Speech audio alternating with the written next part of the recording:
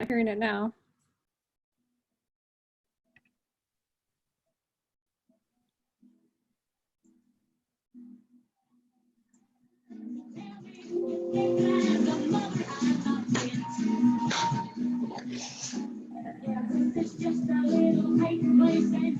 All right, we have the council members. Let's start the meeting.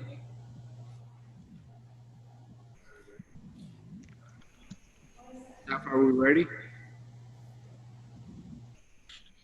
Hey, what's Bruce doing in there? I didn't know that. That didn't look like Bruce. It looked like an old man. Hey. One and only. Yeah. I was going to be there. I'm just running late, so. That's a good one. Go.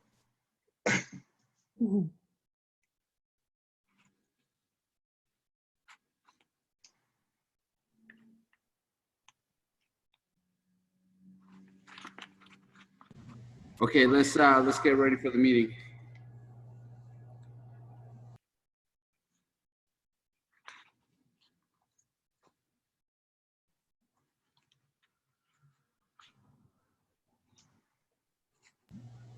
Nicole, are you there?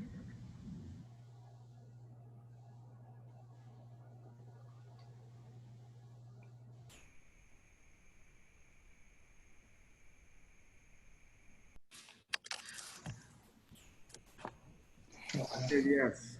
Okay. Let's move forward. I'm trying to figure this out here. Hold on. Oh, wonderful, Cindy. Thank you so much. We're going to get there really soon. Okay. I'd like to call the regular meeting of the City Council of the City of Marysville today, Tuesday, May 5th, 2020 at 6 p.m. To order. Roll call, please.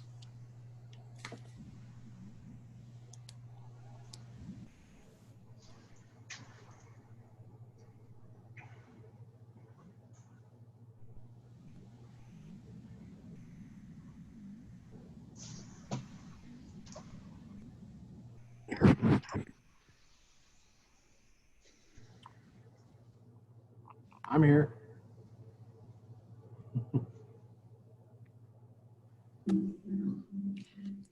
Councilmember Hudson. Here. Councilmember McKenzie. Councilmember Simmons. Here. Vice Mayor Buttacavoli. Here. And Mayor Samayoa. Here, thank you. We are going to move to item. Well, first I'd like to ask our city manager or city clerk if there are any changes to the agenda.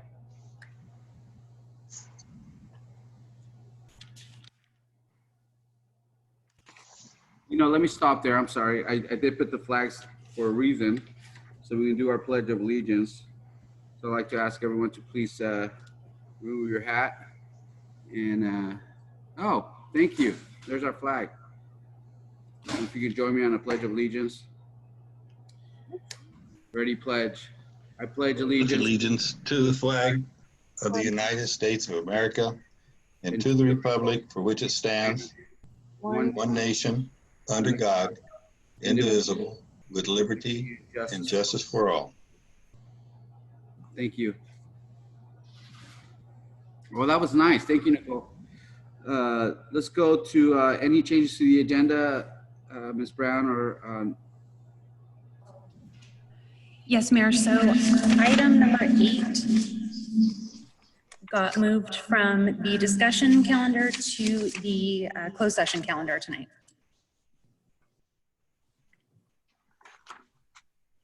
thank you.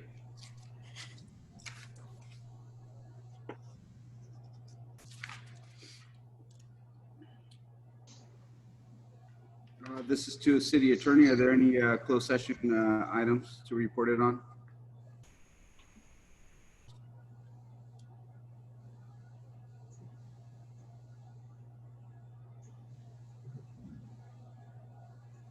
I didn't hear that, but assuming that he said that there was no reportable.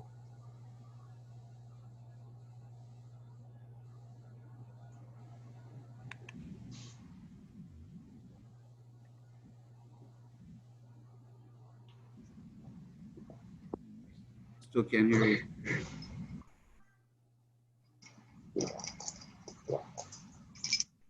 I'm assuming that he said no reportable. There's no sound coming out of.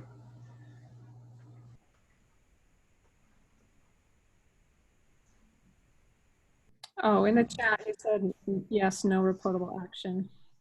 Wonderful. Okay, given the text, we'll move forward. Thank you, sir.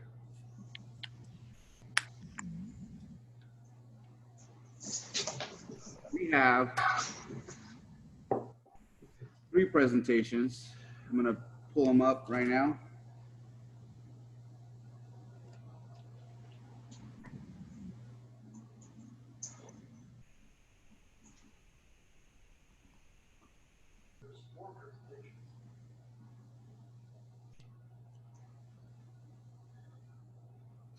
Thank you. We have 3 proclamations and 1 presentation, and we'll move forward on the first 3, proclaiming National Nurses Week today, and National Police Week, and Public Service Recognition Week. My understanding is we have. We'll start with National Nurses Week, and my understanding is that we have Cindy Gordon from the Adventist Health and Rite Out Hospital accepting the proclamation. So thank you for being here, Cindy. I'm going to read the proclamation, and we'll make sure to get that to you.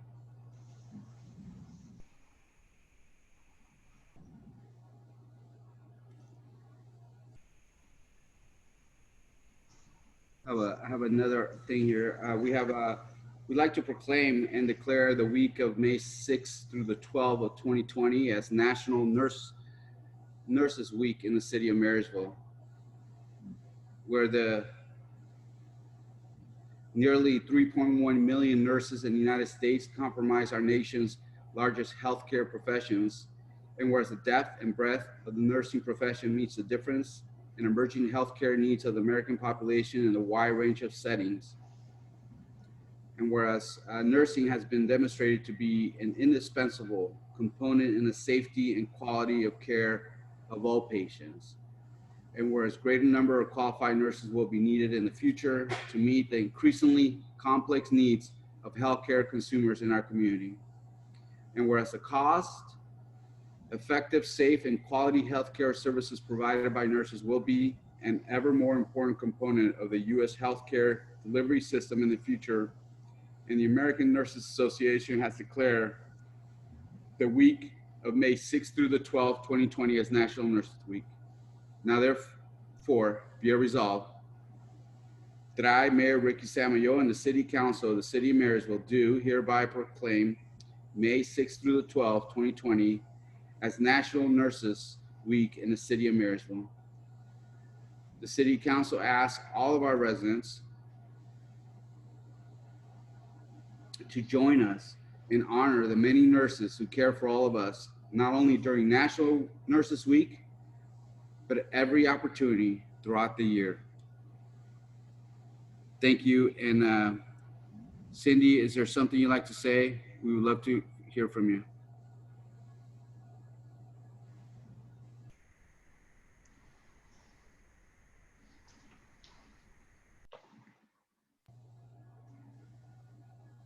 Cindy Gordon? Can you hear me, Cindy?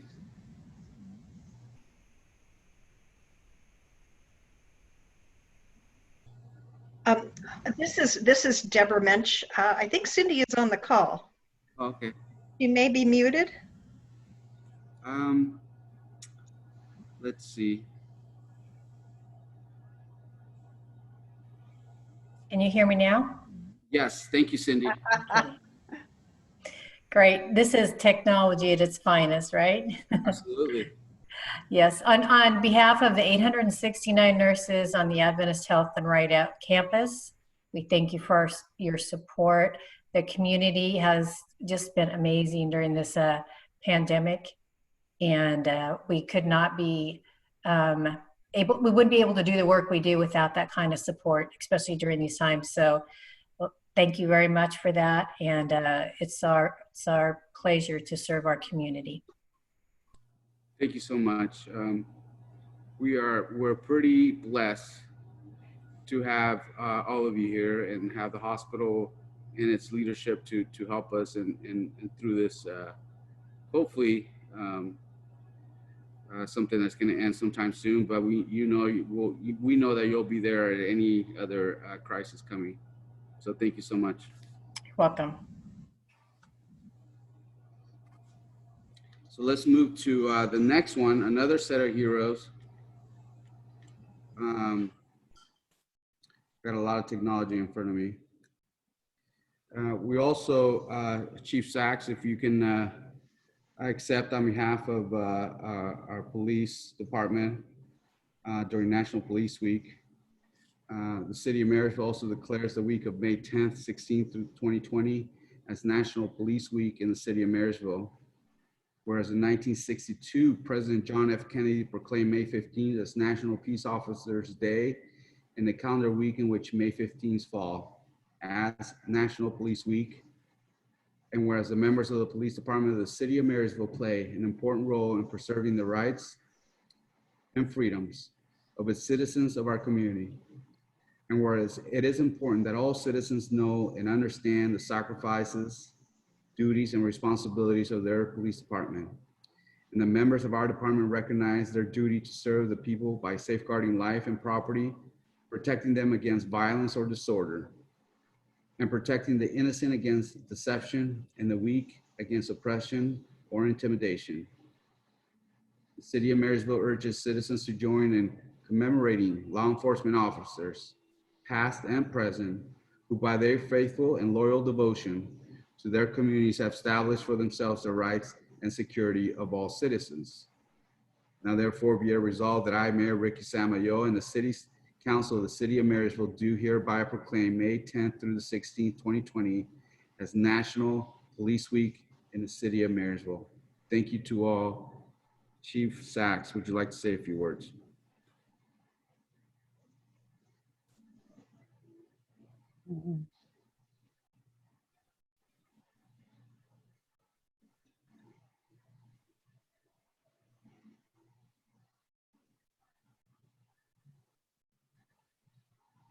And our council and all the staff here at the city of Marysville. So thank you for this, and I will make sure I express the same gratitude to the rest of our staff, not only throughout the rest of the year, but especially next week. So thank you very much.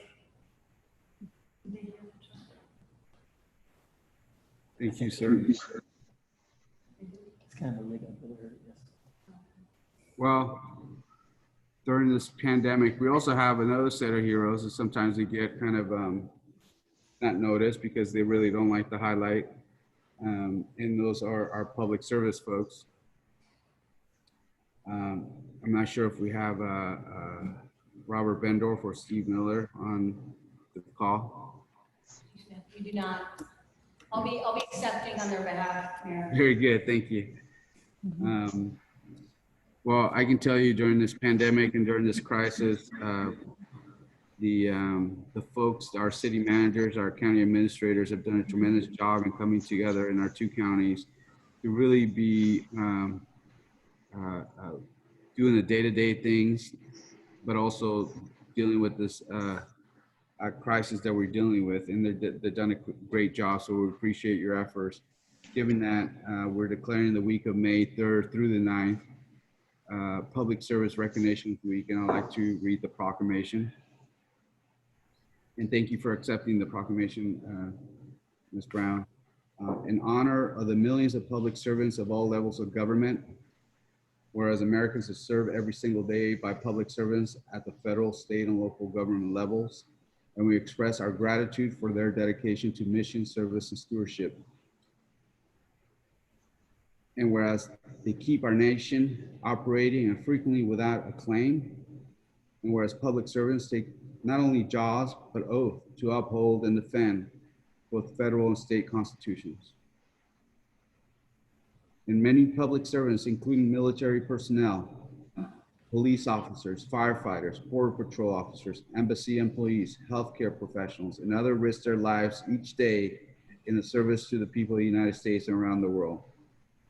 Public servants also include teachers, doctors, scientists, train conductors, astronauts, nurses, safety inspectors, laborers, computer technicians, social workers, administrators, and countless other occupations. Day in and day out, they provide diverse services to support the American people with efficiency and integrity. During nation's current COVID-19 pandemic and crisis, special gratitude is extended to the U.S. Sutter counties for their tremendous dedication around-the-clock service to protect the public health and safety of all Bi-County residents. Whereas without all the public servants of every level of government, continuity would be impossible without their commitment and focus. Now there be a resolve that the City Council of the City of Marysville recognizes May 3rd and through the 9th of 2020 as Public Service Recognition Week. Thank you, City Manager. Good evening, Mayor Vice Mayor and council members. I just wanted to say I really appreciate being able to accept this on behalf of County Administrator Van Dorf and Smith from Cuban Sutter counties. They've done a tremendous job of serving all administrators and all residents around the clock. Quite literally, I can tell you that, and supporting our efforts to ensure the public health and safety of all residents, business owners, property owners. So they have really done an amazing job at coordinating at every level of government and making sure that we have the information that we need to do our jobs also at the local level. So thank you very much.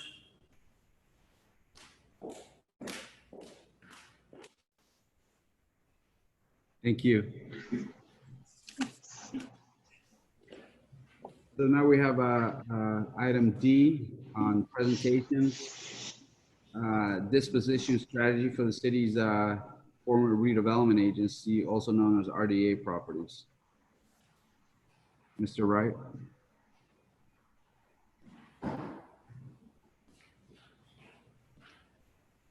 Thank you, Mayor. Good evening, council members, Vice Mayor, thank you. Tonight we have a PowerPoint.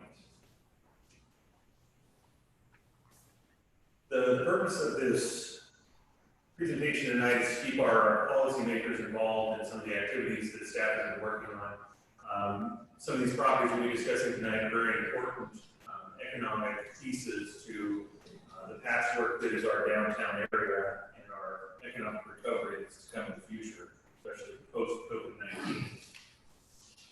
So we can skip to the next slide, please.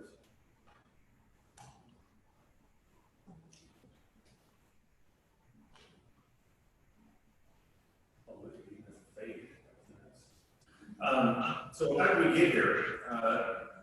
Since local redevelopment agencies, or RDA agencies, were mandated by the state to cease operation February 1st, 2012, there's a mandate to dispose of those properties as well. Shortly thereafter, the state handed over responsibility to dispose of those former RDA properties to an oversight board known as the successor agency. The successor agency manages and is responsible for the disposition of 13 former RDA properties in downtown Marysville. The successor agency is now governed by the Yuba County Oversight Board. And on February 9th, 2015, the Oversight Board approved disposition strategy for these properties. The properties were appraised and listed for sale with Coldwell Banker, yet being listed for a good period of time, real interest has been generated. So they were later adjusted down to be closer to market, and since then, only 2 properties have sold. So again, the purpose of this presentation is to provide the council with the opportunity to have input on the strategy that staff is seeking to move forward, hopefully to dispose of these properties by the end of this calendar year. Next slide.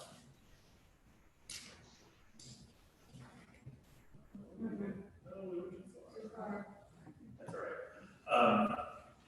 We're only going to glance at this one anyways, because I'm going to go into them individually as we go. But anyway, this is the list of disposition strategies,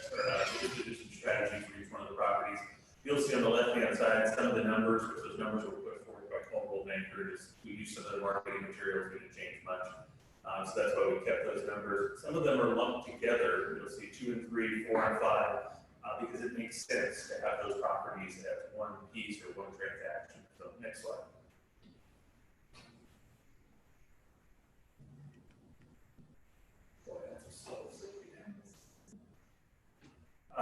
Okay, so the first property, although it's not number 1, it's 2 and 3, located at the corner of 3rd and D Street.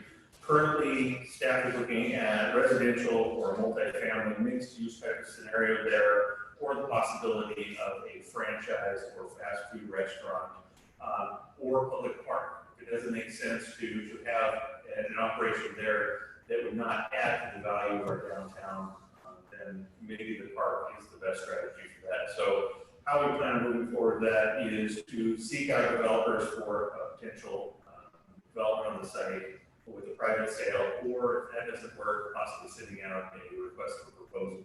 Next slide.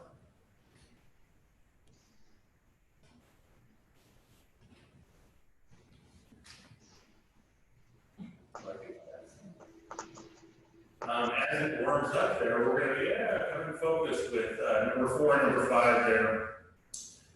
Those are located near 3rd and C, next to the China Moon and our infamous Nakagawa building. Right now, there are 2 little strips that are served as parking areas. The proposal there would possibly be to put in some more commercial buildings consisting of ground floor commercial with potential residential or multifamily developments above. We have had some interest by the developer that we spoke with in this site, and so the strategy would be as a private sale individually, or possibly seeking out additional developers to look at the prospect for that site. But again, a mixed-use scenario, commercial on the bottom, residential on top. Next slide. This one's located on 3rd Street as well. It's across from Frank Booth's operation. It's hard to tell in the photo, but it's the higher of the grass next to the building there. And that one we actually had a recent interest in and have had an offer that will be moving on to the oversight board here shortly. So that one individually be his private sale. At this point, we don't know what the outcome will be for that property. Next slide.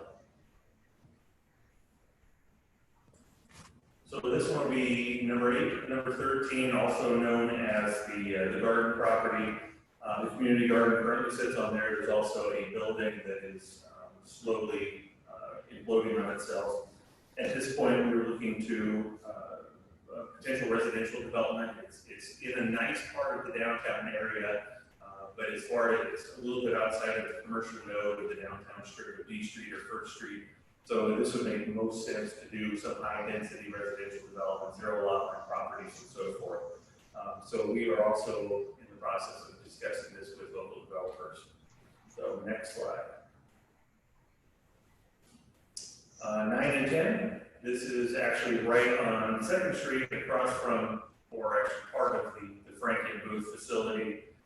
As you can see, they've started to use part of it. So it makes sense at this point to actually offer the property to Frank and Booth. Looks like it's currently already part of the operation. So to dispose of that one, it would make most sense to give it to the adjacent, or to sell it to the adjacent landowners. We will initiate a negotiation or a process with Frank and Booth. Next slide. Number 11. Now, there's 2 properties that we'll discuss in here in a moment. Property 11, and I'm not even sure how we ended up with these little fragments of property, but if you're looking at the picture to the right, it's actually where the car's parked. Now, if you look at the rear bumper of the car, that's the end of the property line. If you look at the front bumper of the car, that's the front. So this is a very unique sliver, which for development purposes has very little value, but as far as an asset to a business in that area, it makes a lot of sense to keep the parking with that business or potential future businesses. So the strategy on this one would actually be to offer it for sale to the adjacent landowner and see if we can get somebody interested in doing that. Realizing obviously that if we were to sell it to somebody else, they would lose their parking there, which doesn't Next slide.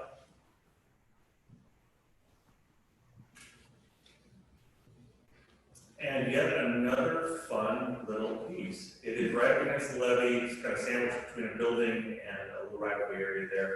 It's fairly small.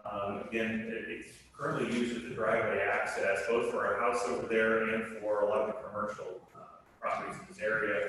So the strategy here, again, would be to contact local property owners and see if we can get them interested in purchasing it and see what we can negotiate for the purchase of that property. So we have fun little fragments of property.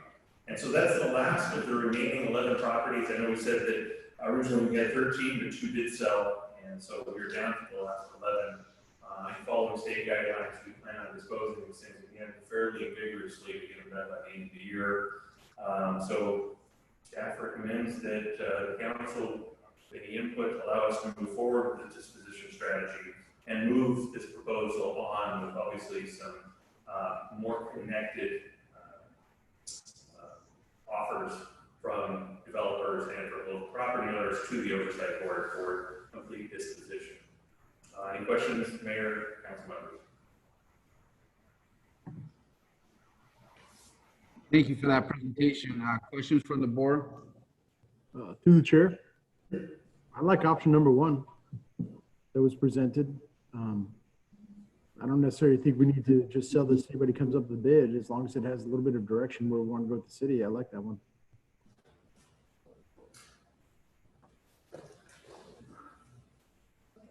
Okay. Any other input? It doesn't necessarily need a motion, just trying to seek input.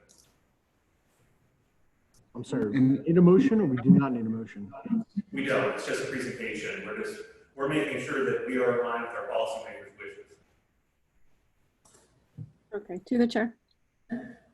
Just, yeah, I'm happy to see it starting to about what to do with those properties. So if we can move forward and see who's interested and what they'd like to do, I'm all for that. Thank you very much. Through the chair, what do you mean by amend strategy? What is our strategy now other than turning it over to the oversight board? Oh, if staff can pick up on that. So there's recommendations there, and like we normally do when we offer staff reports, we offer alternatives. So if there was something on one of these properties that really was not in the interest of the council or that council member, then that was just a proposal that we could amend the strategy and move forward, whatever that strategy was. I personally think that's probably the best of the 3.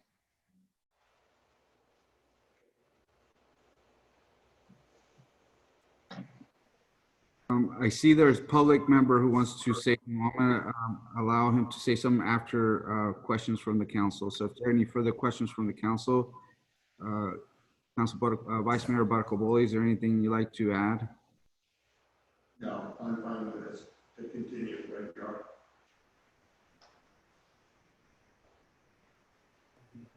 I had a couple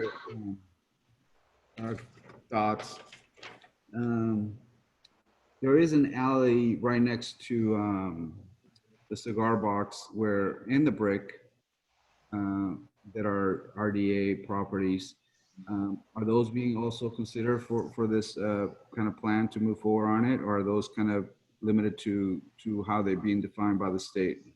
Or can we ask to redefine them and maybe the one along the alley by where the summer music in the park happens, and then the other one is over there by the brick.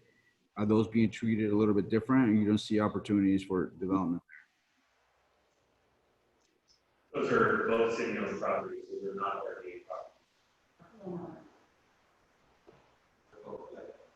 properties. They are RDA properties. They, as far as I know, they are not RDA properties. Those are RDA properties that you went over in the presentation.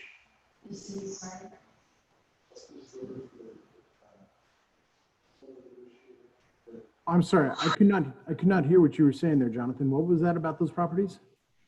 Those are city-owned properties, part of the current RDA properties for disposition. So I'm sorry to mean to interrupt you. It's kind of hard with technology here, but you're saying that those are city-owned properties and not through the successor board. Is that what you're telling me?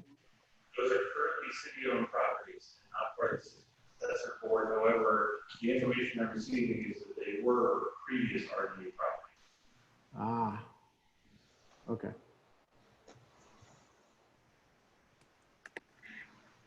Can you clarify that? Maybe do further research for me, please, and maybe you're probably right, Jonathan. I guess my whole point is those were previously RDA properties. Had they been given to the city? Do we have the rights to own them? And are we allowed to sell those as well for the city's perspective? Or do we have to go through the RDA to? The one next to the brick, we do own the title to them. If I could just really quickly, Mayor, the RDA properties that Jonathan presented tonight, because they are former redevelopment agency properties, we are under some pressure by the state. As you might know, we report every year to the state on our efforts to dispose of these properties. And we are, it's 8 years out now since redevelopment was eliminated, and we are under pressure to start really moving on disposing of them. The other two properties are former RDA properties that are owned by the city. We should dispose of them, we should probably do something, but we don't have the same pressure that we do with these properties. That's just the difference at this point. But we will absolutely research the history of those two other properties you just mentioned and how we got where we are with both the brick and the localities to the museum park, and report back.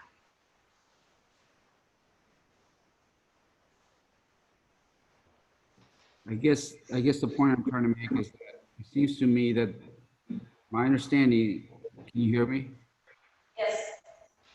Okay. Those are RDA properties that if we were to look at them as RDA properties, they also can be marketed and sold. Anyway, I guess I'm a little confused from that statement. So maybe there's further clarification, and I can take that on between you and I, City Manager, Ms. Brown, and we can kind of talk about that and what my thoughts are on that. It seems to me those are also quality properties that might be available for development or to be sold.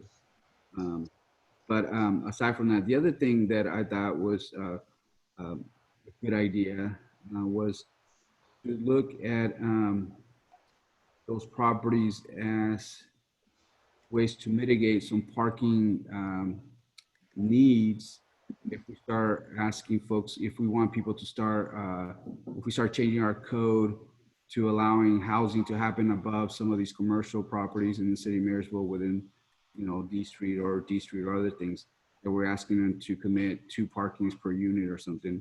Can we use some of these properties to kind of mitigate some of those needs? I think that the last two that you saw in the slideshow have that potential, I suppose. The 2 slivers, if you would. The other ones, most of them are buildable in some form or another. I don't know that we would want to miss the opportunity to do development if we have developers that are interested in offer surface parking instead. But certainly, if we want to put that on the list of options for the oversight, we will certainly add surface parking to the list of options. But we do have a developer that's interested in a few of the sites right now, so that's kind of partially what's helped prompt this. Well, I guess my question is, I don't know where you guys are at with changing our codes when it comes to parking needs and requirements. Are we going to remove the parking requirements for livable units above these commercial areas? Or are you going to require some parking? So I guess depending on what that, I know you guys are using some SB2 dollars to look at our codes specifically for our, some of those commercial units or to get residential units up above those on D Street and other areas in downtown. I guess that's what I'm asking. I mean, are you guys changing those codes and are those opportunities to allow and mitigate some of those needs, or are we going to reduce those parking requirements? The second part of it is I know, as we move forward, there's going to be a lot of need for electrical charging stations. And those things also come with some kind of from an interesting dynamic. If we see in Yuba City where those are placed, Most people need a couple hours to charge their cars, and then they need a place to go out there and shop or do some retail opportunities. So I know we talked about that. Um, so is that also something as an opportunity to kind of give some parking opportunities to also generate some dollars to do some charging station? Yes, there, actually, Craig is already looking at opportunities for sites for charging stations. The city, we have been talking about it for some time. There's a couple of different programs out there that we can look at. We're just looking at those. And we are also looking at and hopefully considering options for amending downtown parking requirements. Right now, residential is 2 off-street parking spaces per unit, which is not particularly, if you're trying to build a walkable downtown, that's a pretty high number of off-street parking spaces that would be required. So I think that at this point, the staff recommendation would be to reduce that to something like 1 off-street parking space per unit or 1.5. By what? Right, yeah, we could trade that out with some parking for bikes, bicycles, that kind of thing. So those things are all definitely on the table, and we are looking at those things. And with the developer I mentioned earlier that is showing a strong interest in some of these sites, we've had this parking conversation and whether or not the city would be flexible, because 2 off-street parking spaces in such a small downtown is a pretty tall order per unit. So we've already been starting these conversations about how we could adjust and mitigate that potentially. Thank you. There's a little echo coming from the chamber, so I'm having a hard time hearing you. So, but I got the gist of it. The other part of it, going back to parking, is as we looked at the areas like Caltrans and in the hospital, using those properties also as a way to mitigate some of their parking needs. So that's another thought that I had.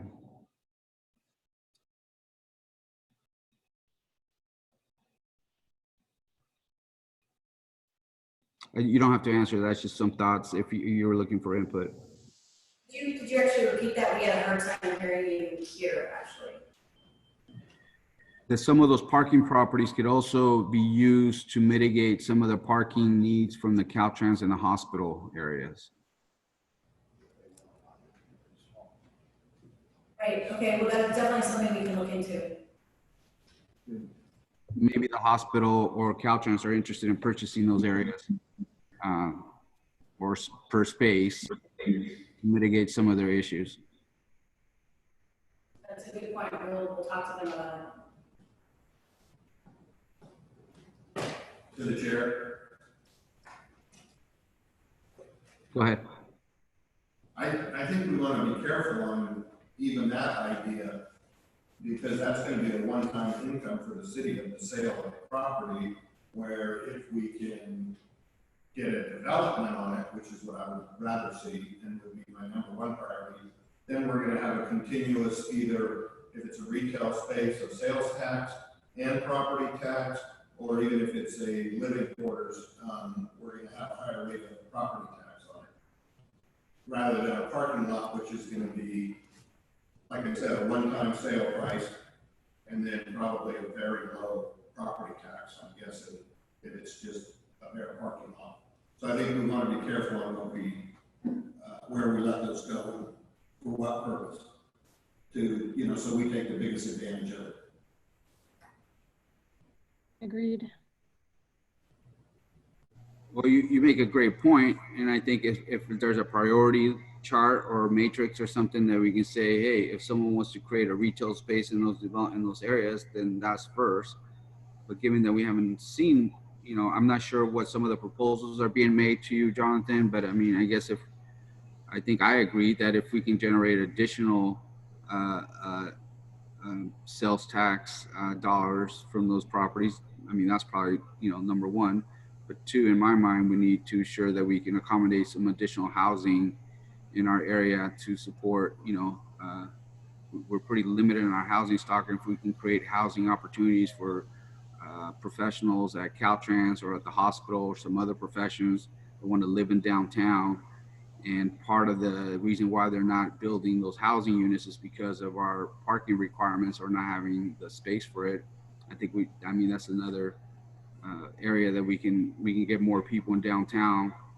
I think that's also a good idea. So I'm not sure where the priorities are, Bruce, but I think if we can get someone to come in and do a retail store to generate more sales tax, that's good. But I also think we need housing in downtown. And if we can use those properties to spur housing opportunities, I think that's also a good idea in my mind. Bruce? Well, I agree. And there needs to be a level of priority, and obviously anything that's going to create sales tax would be number one. Even with the housing, I would think that would be a possibility, not our number one priority, because at least housing will bring a higher level of property tax because it's going to be an increase in value there. So that would be a possibility, but I would like to see that we keep the priority to a retail and possibly with a residential above, which would kind of, kill two birds with one stone. Thank you, Councilmember McKenzie. And I think some of those, I agree, we need the housing too, but some of those ideas on there were the mixed use retail and residential. So I think that would be a good way to do both there and then get creative about our parking.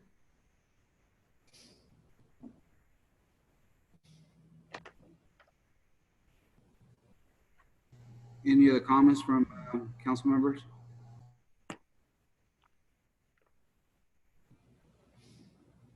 Thank you so much for the input. I will ask the public if they have any comments on this item. I saw Mr. Had a comment. He raised his hand. Stuart? Yes. Am I unmuted?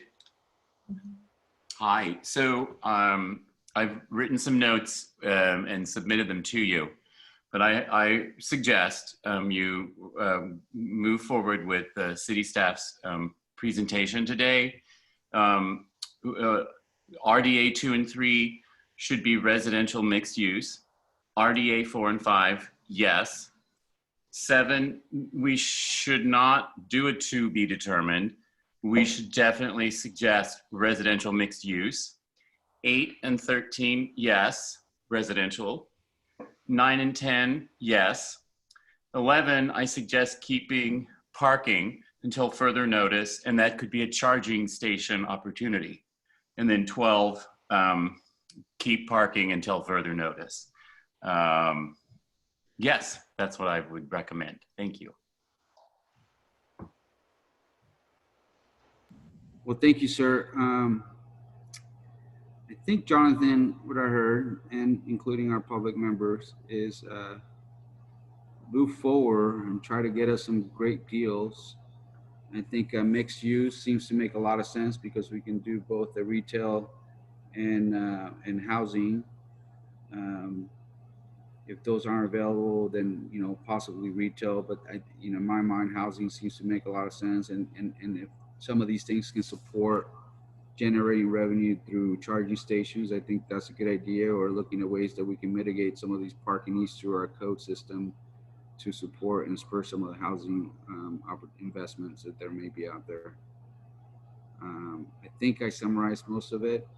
Jonathan, what do you think? I think I have a direction.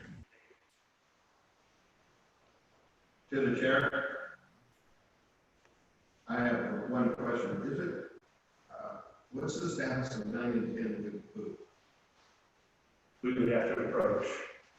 We haven't at this point. We have notified them that it is going to be an opportunity for it. And they're interested. They're interested. Oh, good.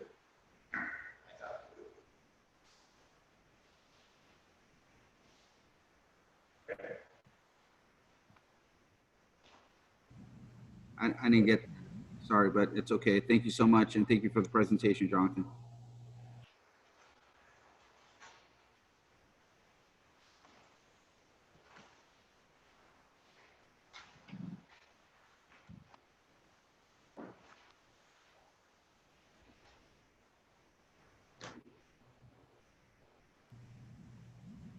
I have both my laptop and my iPad here. I'm trying to find this. I think I gotta supposed to make some comments. I think for the public, please understand that if you do have a public comment during the consent calendar or during the action items, that you ask our city clerk for those questions. But I do see if you have questions, I can see the hands up. When I ask for public comments, I'll try to reach out to you. But I'm gonna ask our city clerk if there's anything that she sees to help me through. Let's see. I am trying to find the right email here.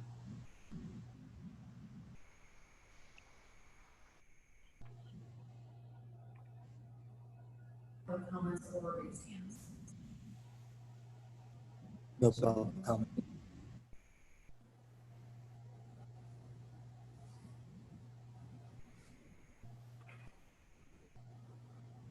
Okay, well, I'm gonna do a little solo work here. We're gonna move to the community consent calendar forum. Again, if members of the public like to make a comment, please reach out to our city clerk or raise your hand via the Zoom here, and I'll call on you. And I hope that Nicole can help me identify folks who may want to speak. We ask individuals wishing to address the council concerning consent calendars, items, or matters not already in the agenda. We invite you to make oral comments of up to 3 minutes. We ask you to please raise your hand via Zoom. When you are called by the city clerk or myself, you will be unmuted and you can address the city council. We ask you to please state your name clearly for audio recording. You are requested to address your comments to the council and not to the audience. We do let you know that by state law, the council is not permitted to undertake any action or discussion on any item not appearing on the posted agenda. If you have any documentations that you'd like to share or distribute it to the council, we ask you to please mail those to the city clerk at 526 C Street in Charles Street in Marysville, 95901. Members of the public like to make a comment?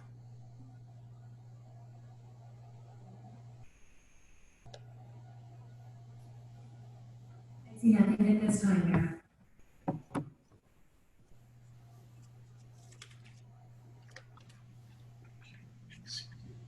Seeing no comments, we'll move to the consent calendar.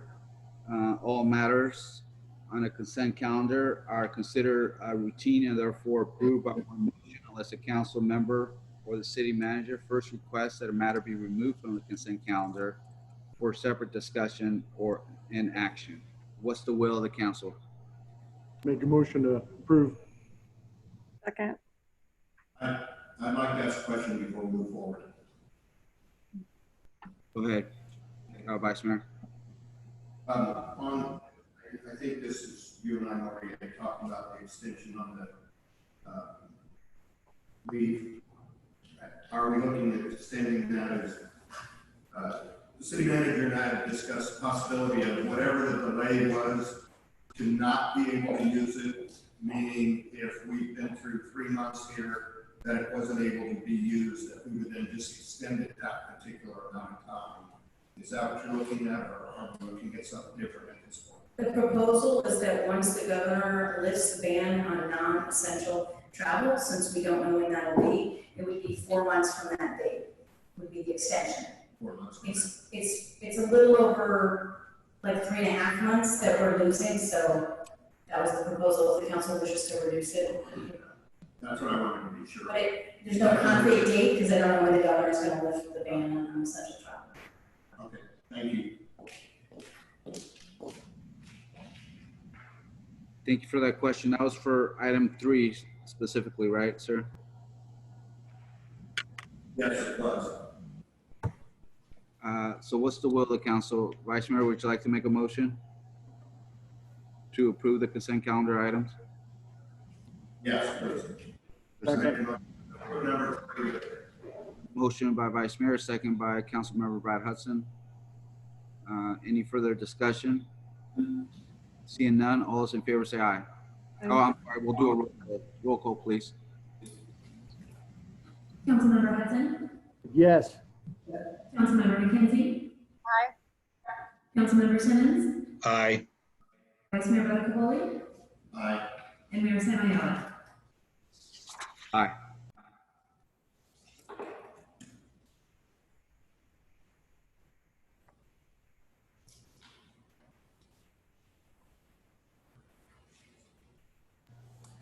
Okay, let's move items 5 through 11. These are discussion and action items. All these matters are to be discussed and will be acted on individually. We'll do a roll call for each of these items. And the public will be asked if they have comments to please raise your hand via Zoom. The first is item 5, letter to Governor Gavin Newsom regarding fiscal impacts of COVID-19. This is a request that I've made, and I'm hoping the letter should be in your packet. If you have any questions, it's basically we're asking the governor to set aside specific dollars from the CARES program that they got from the federal government to support local governments like the city of Marysville, given that we'll be having a pretty significant reduction in dollars coming to our bottom line, which could endanger some of our public services, including police and fire. Any questions from the council members?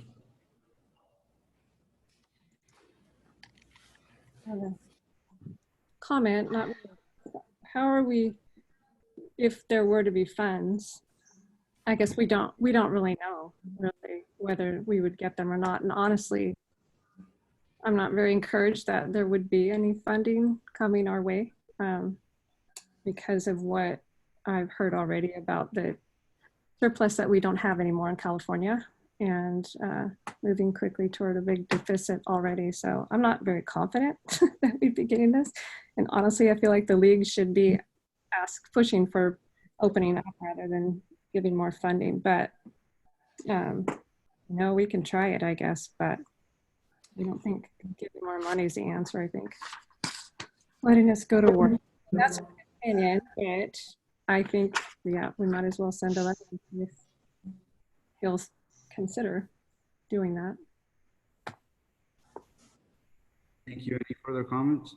I'd agree with Stephanie in the fact that I have no real confidence in it, but you know, can't hurt to write the letter. So let's go ahead and move forward. Any other comments?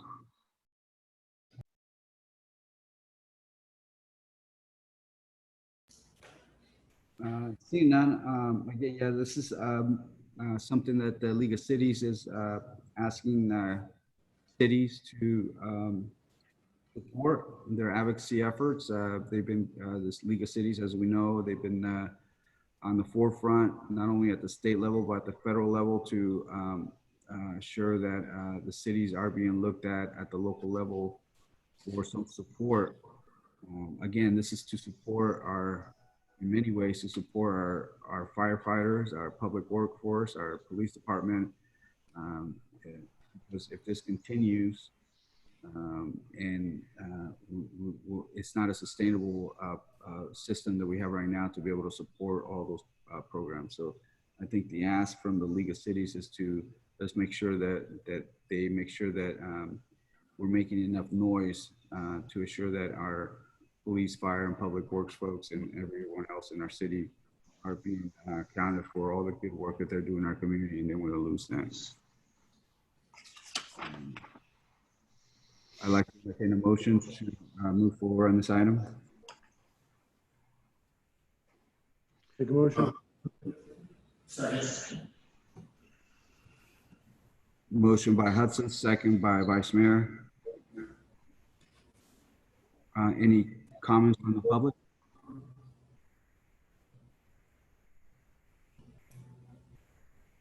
None at this time, Mayor.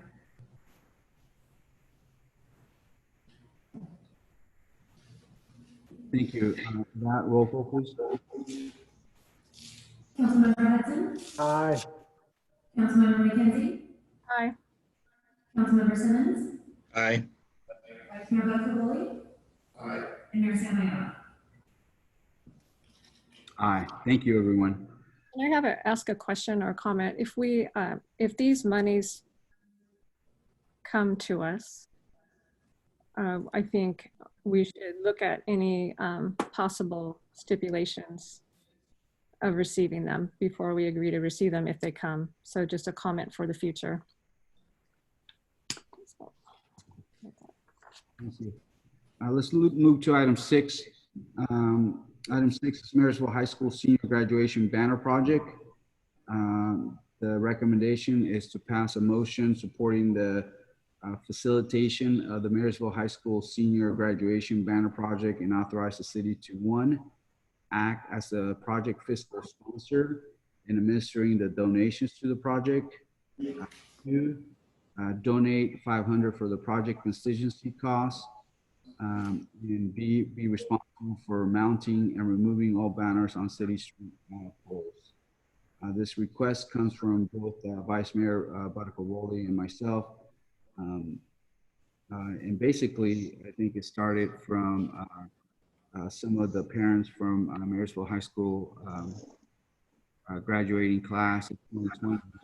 We had a way to highlight our Marysville High School graduates. It kind of took a momentum on its own. We have been able to get a quote from the printer, and it's going to be probably less than $2,500 for the total cost to print these items. We've already fundraised all the $2,500. We have support from Franklin Booth, the Rotary Club, the Kiwanis Club, Cal Water. Let me see, Local 228, and trying to think of the last folks. Oh, the local McDonald's has also donated $250. In total, we have made $2,500. So anything that the city would come up with would be any other cost, but we don't think it's going to be anything more than $2,500 to cover the entire cost. So basically, to keep track of those dollars, all donations are being made to the city of Marysville, and then the city of Marysville will write the checks, and then our public works folks would be responsible for mounting and removing the banners. There are 200 graduating seniors in Marysville High School, which will take about 4 cycles to get all the banners on our streets. We have 30 posts, and we'll be able to do double-sided banners in each for each post. So about 60 banners at a time. So we'll need about 4 times to go around to get all the seniors. And you know, part of it is to getting some folks back in downtown to go and visit and go see their banners. But 2 is also to celebrate our high school class. Each individual, or actually it's going to be 2 banners sewed next to each other. And so each individual member of the school, of the senior class, will get their own banner. And then the high school, the principal at the high school, Ms. Matthews, Principal Matthews, is behind it, and she is ready to kind of help us out with getting the pictures and also getting the permission from the parents to assure that we can use the student's image. So if this moves forward, we'll be able, hopefully in the next week or so, or week and a half or so, start seeing some banners along D and C Street to celebrate the Marysville High School class. Any questions from council members? Councilmember Hudson. Through the chair. So you're saying there's 31 posts that are available to put these banner pictures on. Is that just on the D Street corridor or C Street corridor, or are we also able to maybe incorporate E Street, or is that because it's Caltrans not allowable? I don't know if Craig's there, but the city of Marysville owns 30 or so. I'm gonna say 30. That's what I heard from Craig, that we have 30 within our 2 streets. If we were to go somewhere else, we would have to purchase brackets and all the setup. So right now, the ones that we have for our parades, for the Christmas parade and for Baccarat parade and all the other celebrations that we have in the city of Marysville, we have 30 specifically brackets within the city of Marysville between C and D Street that we can use that belong to us. So theoretically, if we're talking possibility of putting $500 towards this project, if we put $500 towards brackets to be able to go on more poles, possibly, I mean, just a thought. I mean, if you're saying that there's 4 rotations of 30 some odd poles, I mean, that's a lot of staff time to make it happen. Why can't we just go acquire or make an arrangement or an agreement to be able to use more poles with the purchase of more brackets for this occasion and maybe future occasions as well?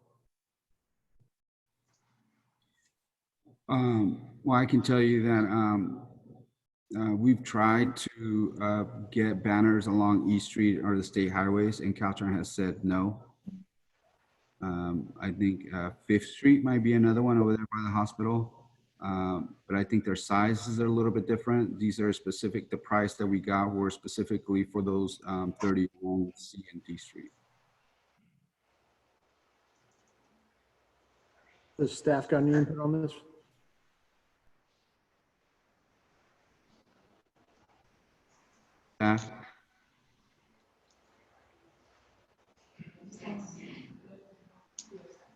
Oh, sorry.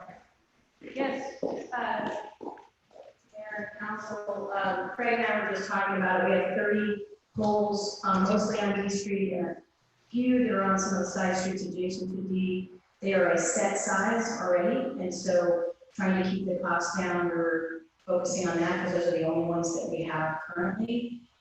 Anything that are that size, anything on E Street, any state highways require permit and encroachment permit from Caltrans. They've been pretty adamant, as the mayor already noted. We tried related to banners through the bounce back plan a couple of times. They were not willing to adjust their policy to allow for that. So, Craig, I don't know if you want to add anything about Councilmember Hudson's additional comment about buying more brackets the same size and installing more than 30 banners on the poles.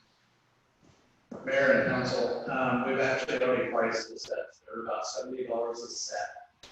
We have other brackets, but they're almost double the length, so they'd be 2 different sizes, which wouldn't be practical to run. Caltrans does allow banners that are non-advertising for businesses. So future, we could apply for a permit and actually possibly put some banners out there, but they can't. They have advertised. We've done for Gold Stars, bombs, and military was allowed on Caltrans, but it just can't be advertised. We tried them for non-advertising. That's new. So I've done that before. We've had them all down next week before the state highway.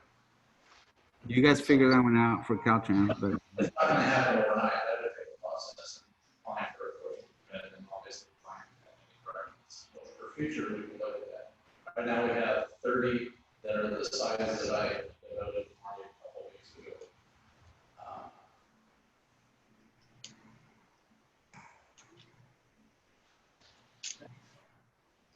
Okay, thanks. I was kind of curious if we were able to extend it, but it sounds like it might not be logistically or fiscally feasible to do for this particular venture is what I'm getting from you. Thank you. I do appreciate the thought of time to actually put these up and down. Councilmember McKenzie? It was kind of, I was having a hard time understanding everything that Craig said. I was kind of wondering too, about staff time switching out 4 times. It's a lot for the public works guys to manage, but I was, so I wanted to hear how they felt about that. But I was thinking as far as the $500, if, you know, if it goes over, that maybe since this is more of a, you know, community thing, community participation as far as fundraising, that possibly we should be the ones as council members to fund that rather than the city budget. Or go looking for more donations and not impose that on the city. So that's my comment with that. I think it'd be exciting for them to have their faces up there and for all of us to celebrate them. So yeah, I'd like to know. I didn't really hear what Craig said.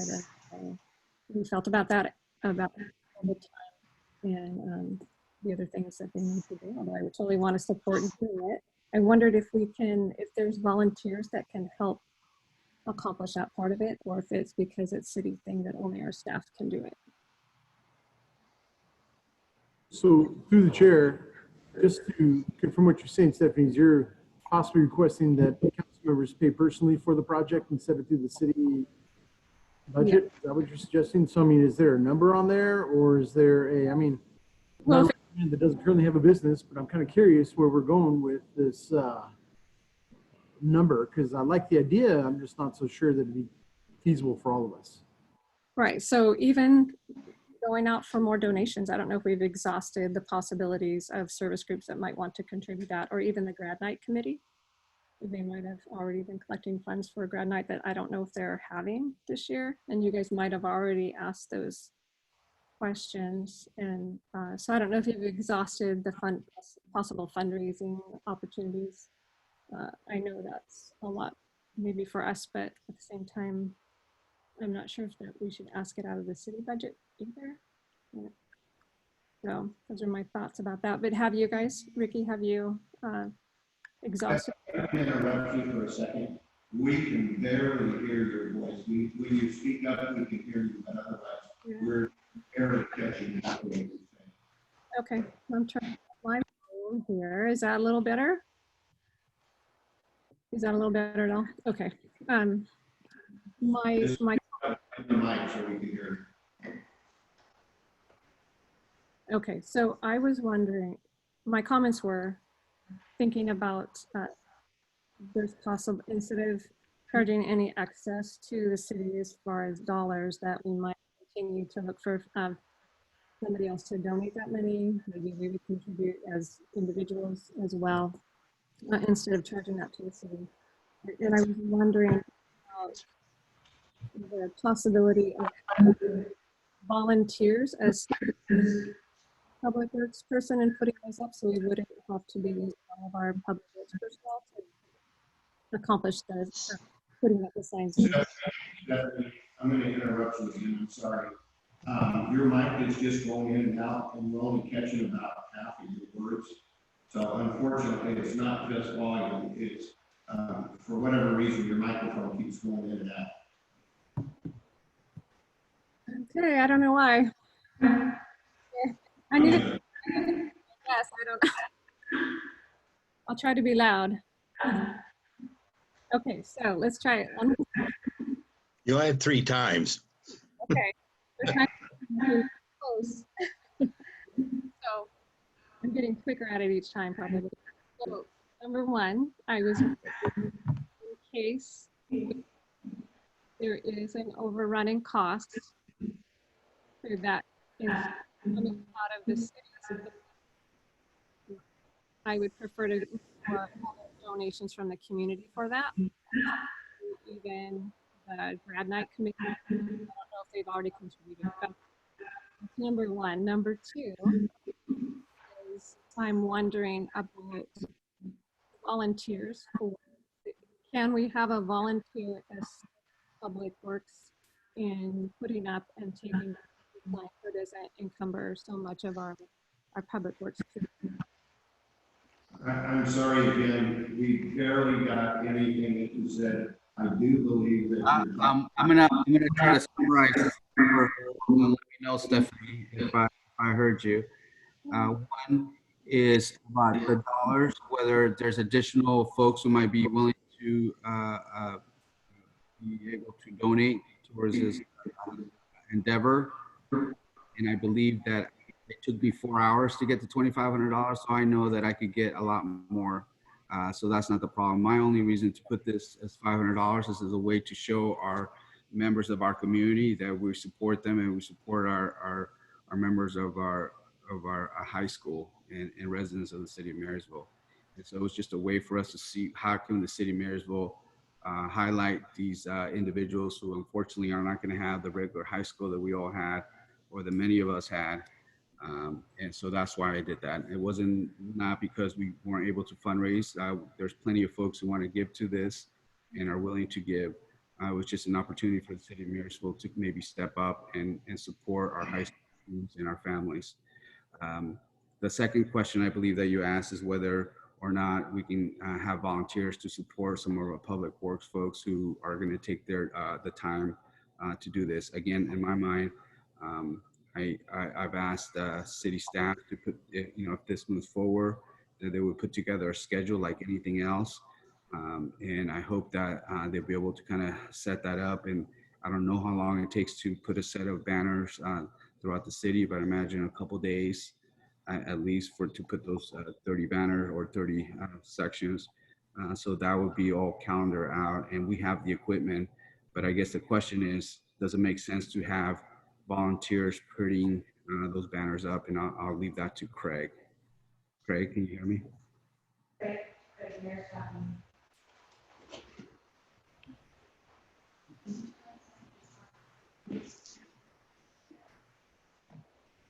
And I'll just say, yeah, I'm happy to support. Those are the questions that I had, but I definitely want them to know that we are. Mayor and council, I can actually put together a cost of what it would cost us if that were you're asking. Our area warning, obviously, it's going to be 4 different days putting banners up and down.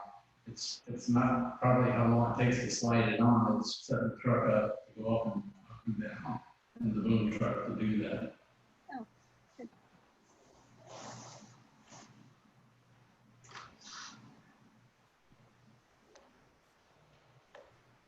Any other comments? Questions? Well, I have a comment. I'm not sure if I caught everything. We're really having a hard time with Councilman McKenzie's microphone.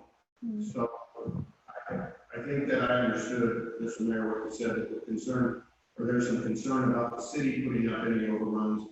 I myself had volunteered for a sponsorship if we needed it.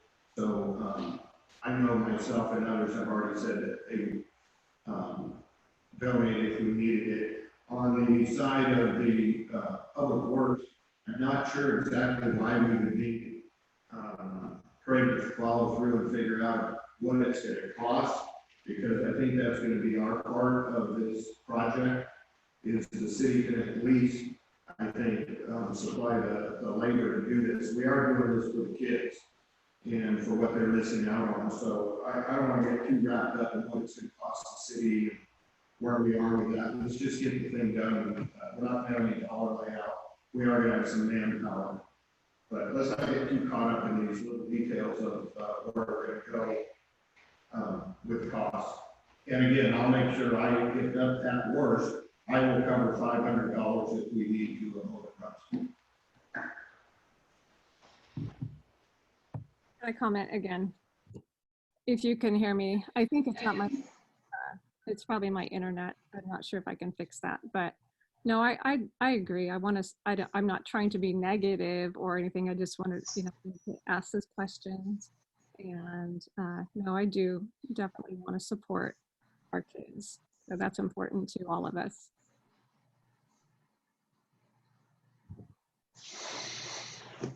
Okay. It looks like Stephen Parks has said he's willing to donate $100. So I know there's a lot of people in our community who will be willing to help out our kids and stuff. So I'm sure that probably the city's not going to end up paying any of the monies. I just figure that we at least make an effort or extend a hand in our support. We are spending money. We are spending time, resources in administering the monies and the donations and paying the bills and writing the check and assuring that the banners get posted. And I figure that's really kind of a small amount that we can provide some of the kids who are missing out on their high school life. So that's kind of the proposal that we came up with. I hope that the council can support it. Any other further questions? So through the chair, you're saying that we, as a city, donate $500 plus all of the staff time to put the pictures on there through 4 different rotations? Is that what I'm kind of hearing? Well, we're probably not going to donate the $500. I think people, even right now, I already have people like texting, well, I'll donate the dollars. That's not the problem. I don't think the city's going to end up spending actual dollars. I just put it out there as a goodwill gesture.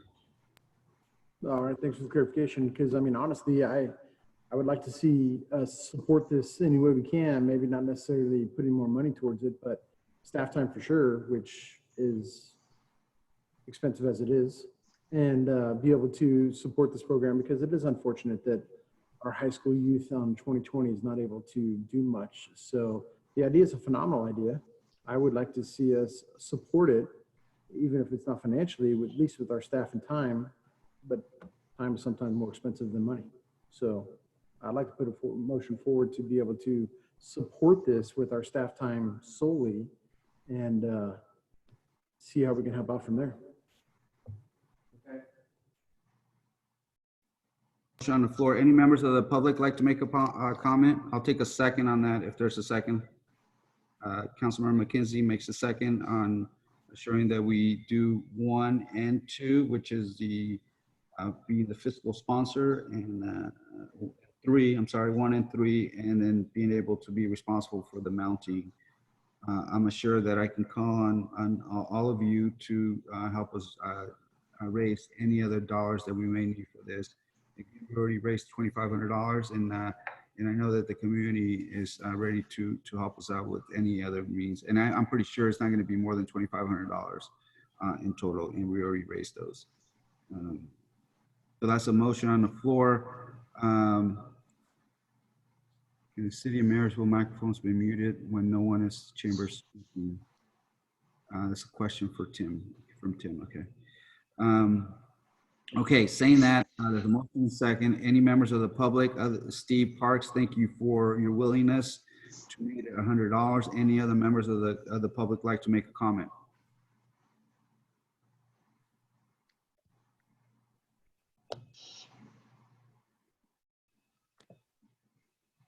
Okay.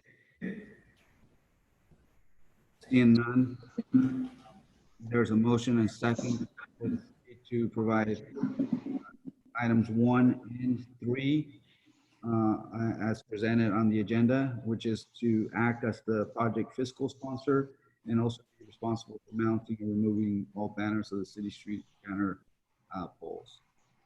Roll call, please. Councilmember Hudson? Aye. Councilmember McKenzie? Aye.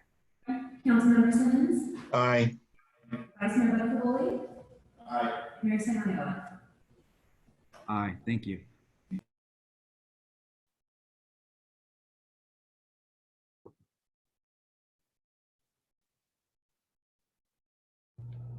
Let's move to item 7. This is a council discussion to develop a small business loan program in the amount of $150,000 to be administered by the U.S. Sutter Economic Development Corporation. This is a request from Councilmember Hudson. Does staff have anything to say about this, or is it going directly to Mr. Hudson? Mayor, Council, I envision that Councilmember Hudson would introduce the topic and what his vision was for this program. And then we can answer any questions to the council about how it might work or how it would possibly impact the budget. Okay. Councilmember Hudson? Yeah, thank you. So I didn't hear everything that Marty said because of background in my environment, but regardless, many of you are aware that several weeks back, Yuba County Supervisors created a loan program that was administered through the EDC that was $250,000. I would like to have this council maybe consider the same idea, not necessarily the same financial commitment, but of about $150,000. Because as a local business owner, I applied for that, and I am very grateful for the fact that I was granted one of those disbursements. Because on a personal note, because of this Corona-19 stuff, it closed my business down, and by the time I received that check from EDC, I had $132 in my bank account. So it was very beneficial to get that loan, and I'm very thankful for it to be able to stay where I'm at right now. If we as a city could at least support the idea of $150,000 and the whole thing being administrated and dispersed through the EDC, as I understand, talking with Brenda Cernik of the EDC, there were 8 businesses that were funded through the program that were specifically in the city of Marysville, but that left about 6 businesses that did not necessarily receive funding through this grant process. So they've already established a vetting process, the whole looking at the ability for these businesses to be able to do the reimbursements and so forth. If we could also help our brick and mortar, possibly specifically our brick and mortar buildings or businesses, that would be something that I would like us to consider. $150,000 is a good start, or the final number. And if we could allow EDC to do the vetting process with any applications that have already been submitted and or new applications, I think it would just be a show of support for local businesses that are severely affected by this Corona-19 type stuff. I mean, to keep, on a personal note, to keep my doors locked and everything plugged in, it's right around $5,000 to $7,000 a month to keep my business running until this whole Corona-19 thing is lifted, whatever the case may be. So if there's other similar businesses that are brick and mortar, this would be one of those ways that we could at least support them. And whether it be a 0% interest or a 1% interest, I mean, I'm up for discussion on that, kind of go back and forth. And I mean, that's what this is. I want to see what the council's thought process on this. I think it's a great program conceptually, but I'd like to see what other people think about it throughout the council. If you have any more questions or need more definition of what I'm trying to look for, I'm saying a loan only, not necessarily a grant, and that we get reimbursed much of the way that the original program that I'm kind of seeing if we can mimic through the county and the EDC has been set forth. Not create a new wheel, not do anything different, just follow that initial process and see if we could do something with $150,000 only. Questions?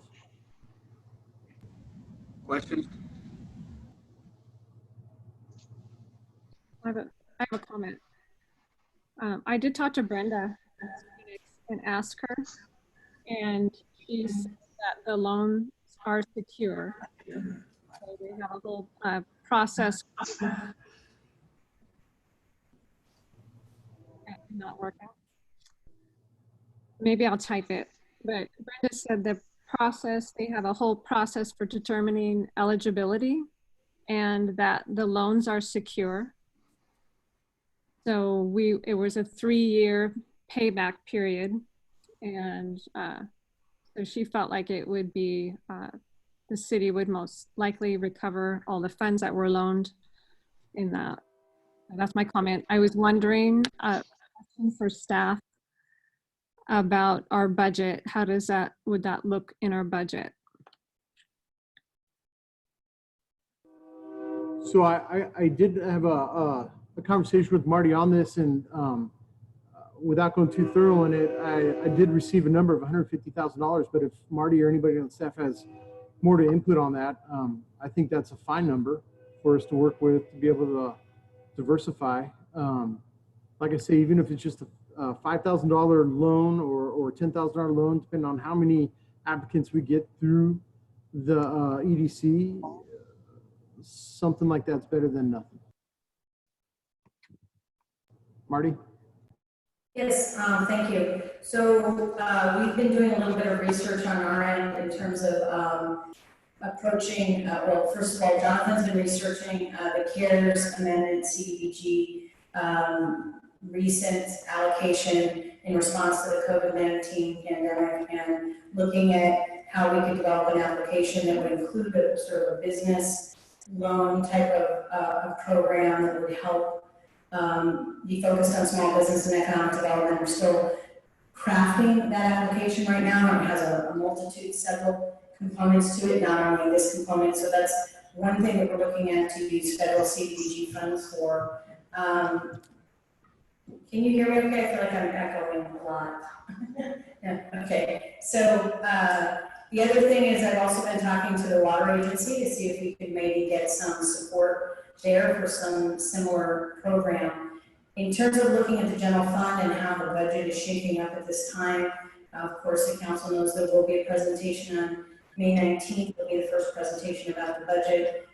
Jennifer is still working and crunching those numbers, and there's some refinement, but currently it is looking that we will be looking at making inroads into the reserve somewhere in the neighborhood of possibly reducing the reserve by 5%, up to 5%, which means that if we're lucky, we can maintain a 20% general fund reserve based on the current projections for this next year with HDL and the impact to our sales tax revenue generation, but it may go as low as 15% unless we take some additional measures. So that's right now the range. Of course, we'll have a better sense by May 19th exactly how that shapes up and what that looks like.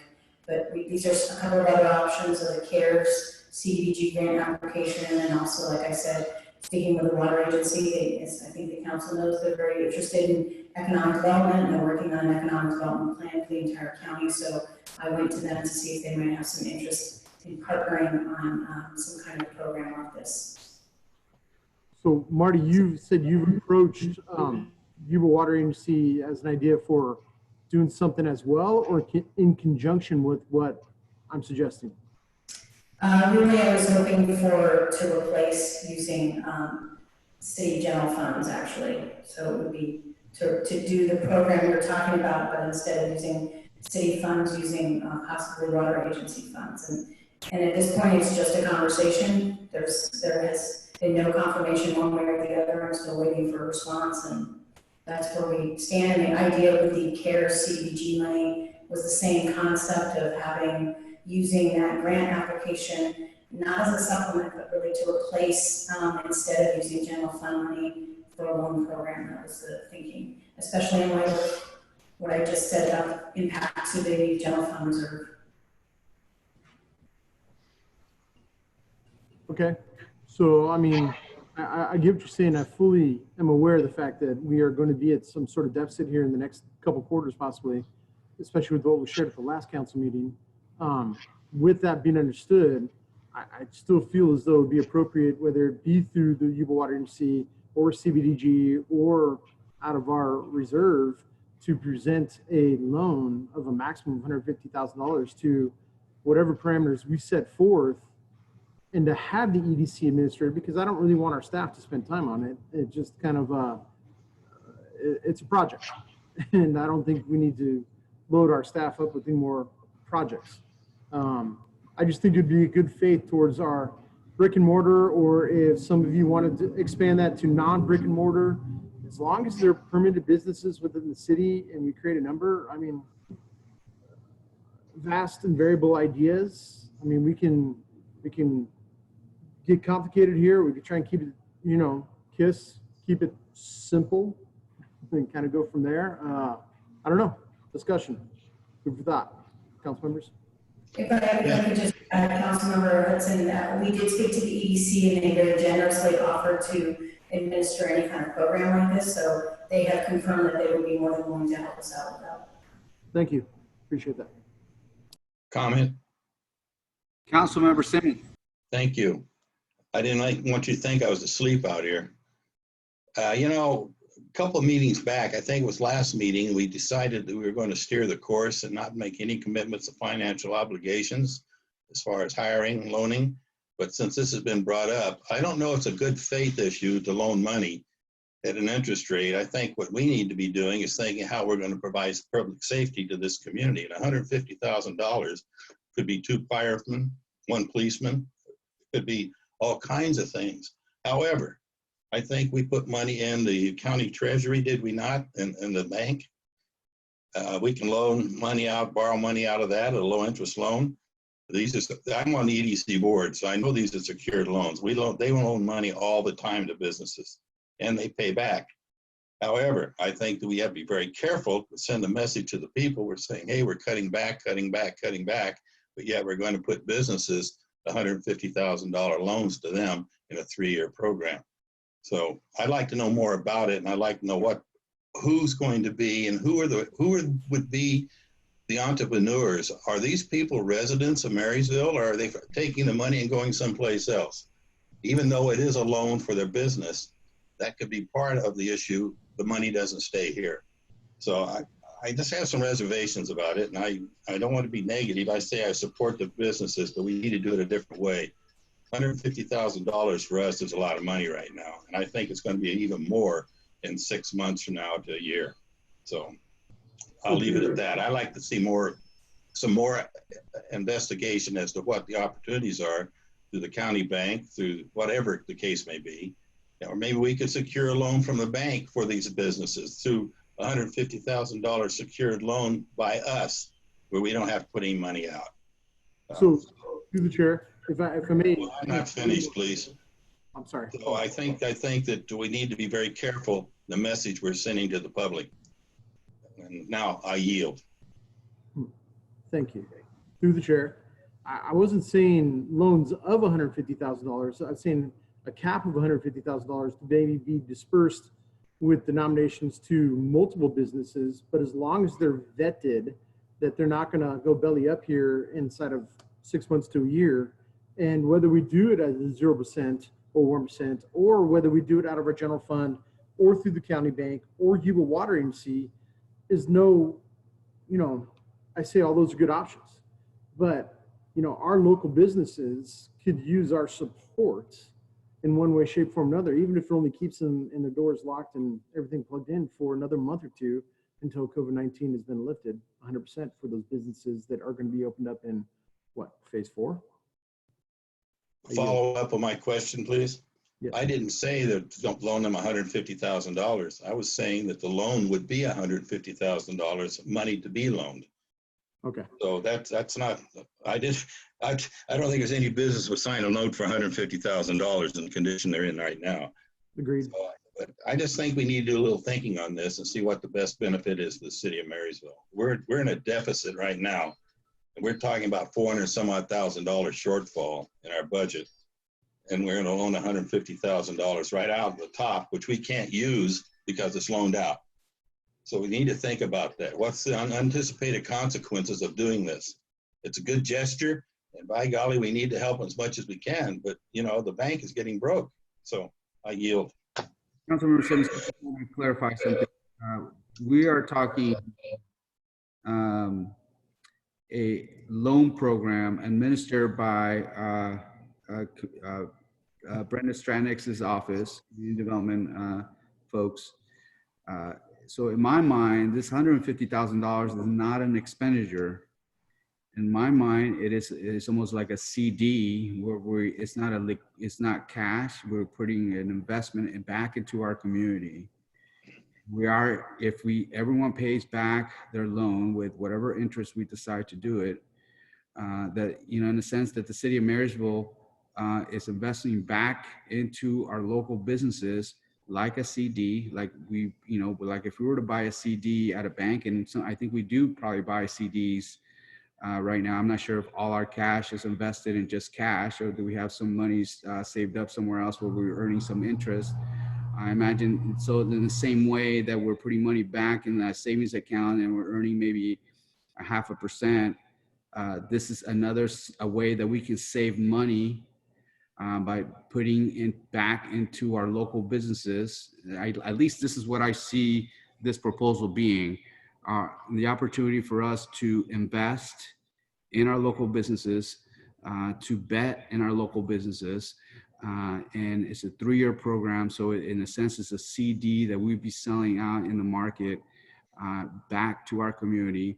vetted by Brenda Stranix, who's done a tremendous job, and she does a great job in vetting these businesses. She's not just going to give it to someone who may already be failing, but she's going to, their vetting process includes ways to assure that they look at their books, they look at ways to see like, you guys were doing a good business, and this loan is going to kind of get you out there and push you forward. I mean, what type of statement can we make right now as the city of Marysville is investing back? We're not spending the dollars, we're not spending the 150. This is not a grant. This is a loan. In many ways, it's just like we putting money into our savings. I think that's what I'm hearing from Councilmember Hudson. Well, you and I both serve on the EDC Board of Directors, and I'm very familiar with the loan process there and how the recovery is and what the payback is.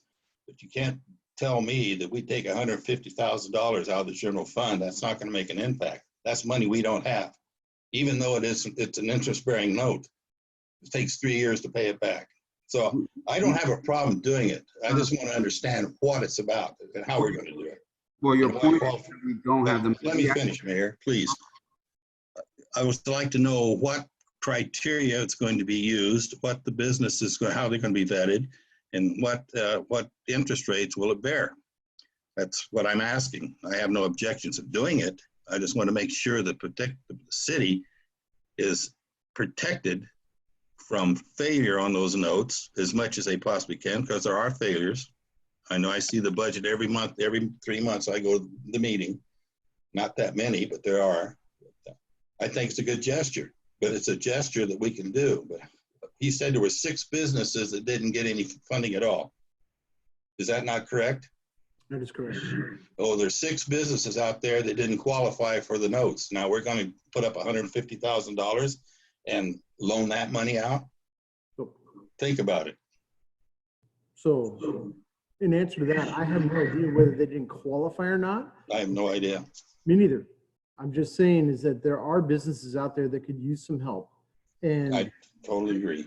I'm not necessarily saying that, I don't really want to push this to the next particular meeting, even though I respect what I read down there. I'm kind of saying that business is kind of hurting now. I mean, 2 weeks ago, I was terminal. And so there are businesses that could be in the same boat.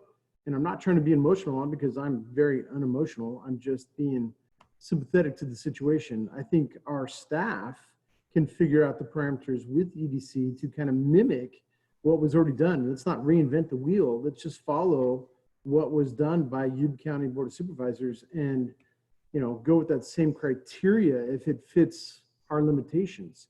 As to whether we get it out of the county bank or the water agency or the general fund, I'm not keen on out of our general fund. I get it, but without local businesses, if we lose them, they fold up, it's terminal in the long run anyways. So it is a loan. It's not a grant. But thank you, Bill. I appreciate your opinion on that because, you've been around a while. Well, I thank you for that. And I don't want to sound like I'm anti-business because I'm not. I have a fiduciary responsibility to the citizens who elected me to this position. And I'd be remiss if I did not question every bit of this, even though I'm on the EDC Board of Directors. And I know that Brenda does a heck of a job, but a lot of that money, CDBG money she's loaning out. That's not coming out of general funds. So I don't mean she's loaning out, I'm talking about EDC loans. So I will support whatever the city council feels is necessary, because it has to be unanimous to make this statement. We can't have people saying no, in my opinion. So whatever the city council says, I would support that. How's that, Brad?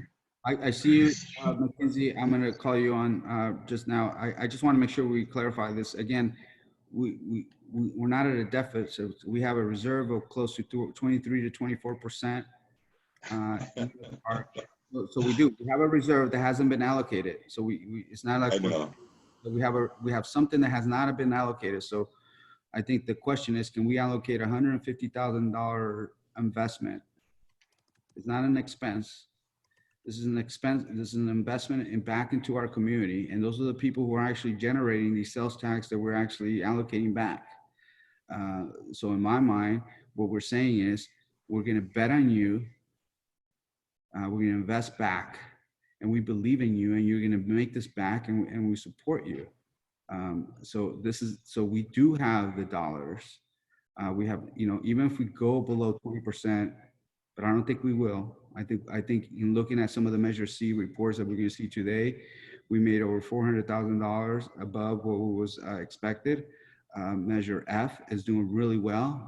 We are generating a lot more than $150,000 that was allocated for this budget year. I believe we probably double, maybe even triple on Measure F on the dollars we expected. So we've done good business in the sense that we've done pretty smart. We budgeted less than we knew we were going to generate. We generated it, and now we have an opportunity to give back to our community. Ms. McKenzie. I typed something in there about wanting a staff report. I couldn't hear what Marty said earlier about the CDBG funds and all of that. So I'm missing details, unfortunately. So that's why I'm saying that was why I commented possibly to continue this to the next meeting so we could all have the details. I definitely want to, show support to our businesses as well. And they're key to all of our well-being here. So, but that's why I made that comment. Well, through the chair, this is a discussion item, so we can't vote on it.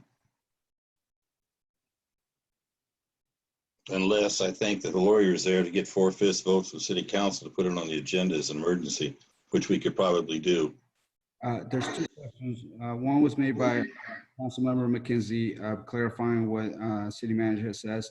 And the second question would be to whether or not we can take a vote on moving this forward. Right on. Stephanie, you had a question for Marty? I'm tired of looking at you, Mayor. Put your face back on there. There you go. Mr. Mayor, I think we got to look at this, and I think everybody's got reasonable points here. Vice Mayor, I'm sorry. We had a question for staff before. I appreciate you wanting to ask a question. I just want to hear from staff. One, clarifying, city manager had a point, and Councilmember McKenzie couldn't hear her, so she can clarify that. And the second question by Councilmember Simmons about whether or not we can actually vote on this item. So just before you make your comment, Vice Mayor, I would like to hear from staff.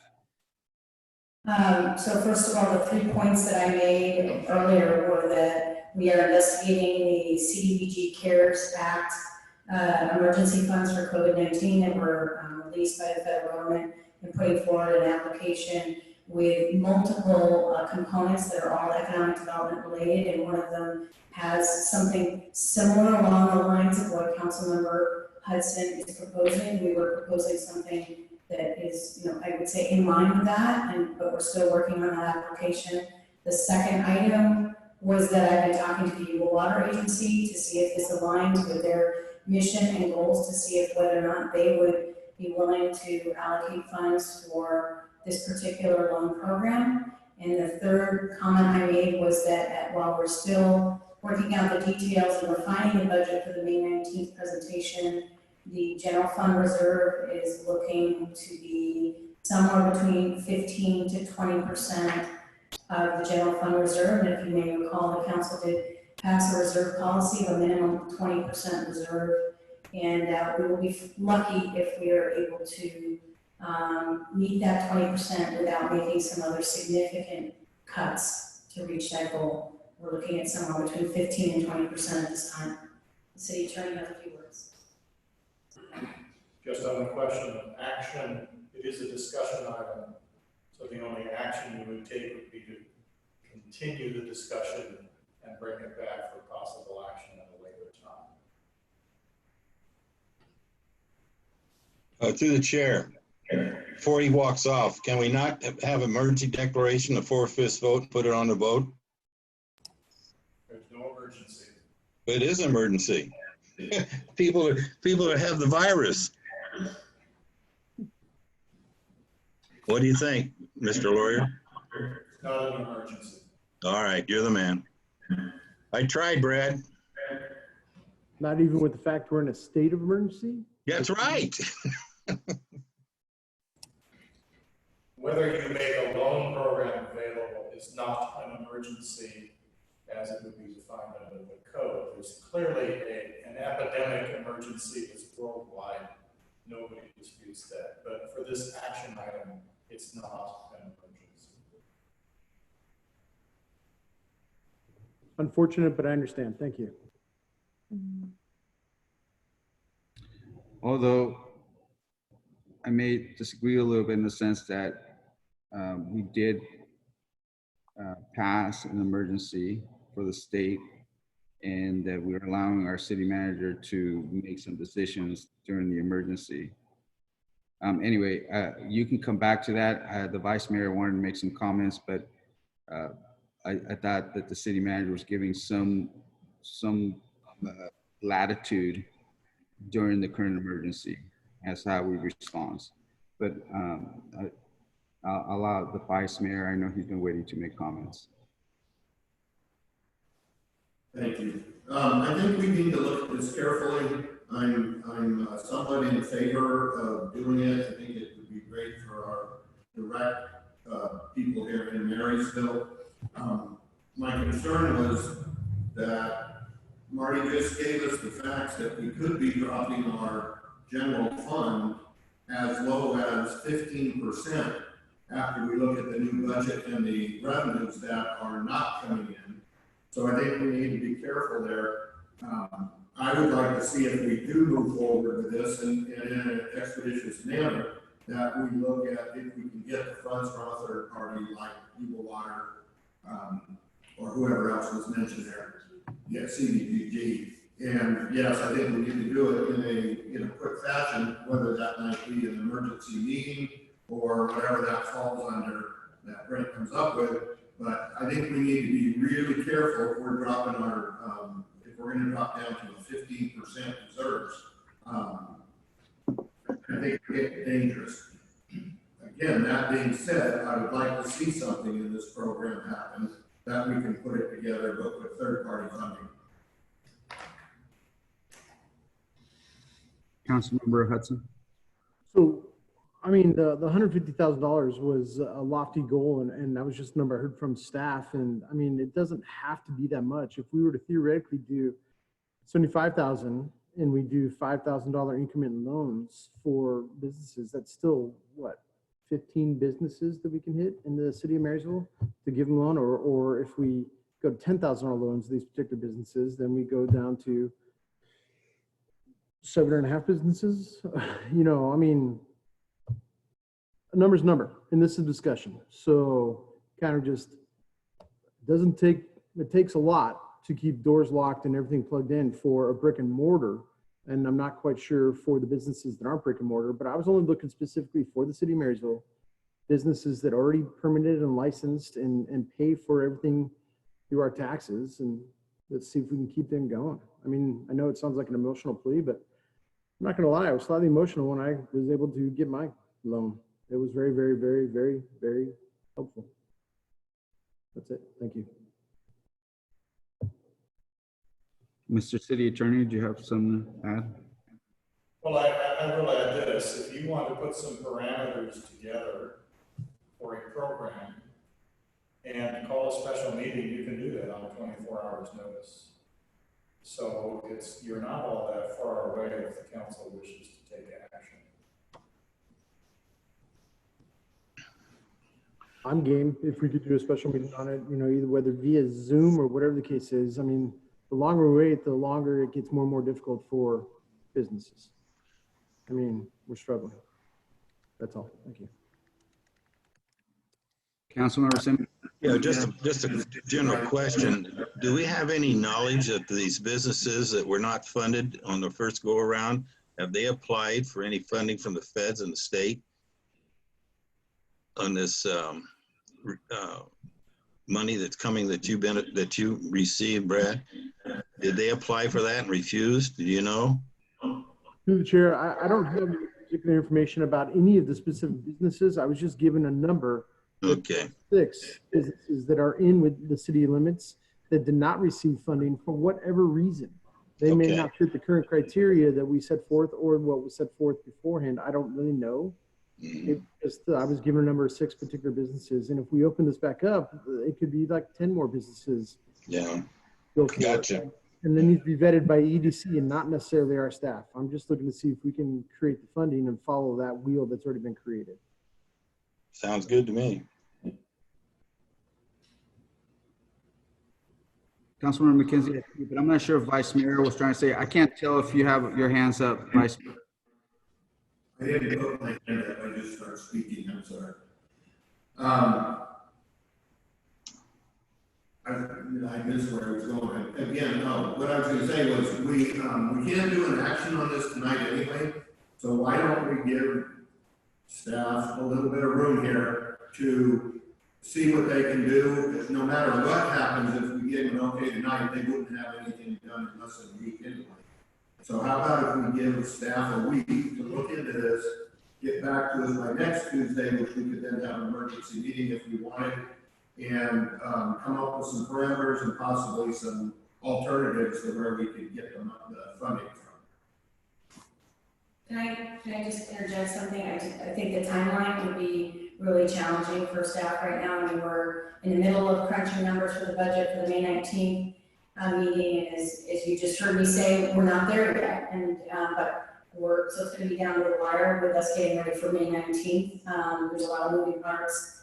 If it pleases the council, I'd like to recommend that we come back with a recommendation that we've embedded the $150,000 into the budget on May 19th, so you can actually see what that looks like and how it impacts the budget on the May 19th meeting. And if it pleases the council and you want to move forward with an understanding that city staff, executive staff will work with the EDC to actually design what that loan program would be like. Because as you know, I think Councilmember Hudson already said, he's not seeking for us to administer it. The idea is for EDC to administer it, and they do this all the time. So they would be a perfect entity to help us design that whole program and the guidelines if the council is comfortable with how it impacts the budget. And so, we could come back on the May 19th meeting, we can see if this is something we want to move forward with and how it impacts the general fund reserve, and then with also a motion to move forward with EDC to work on guidelines for the program.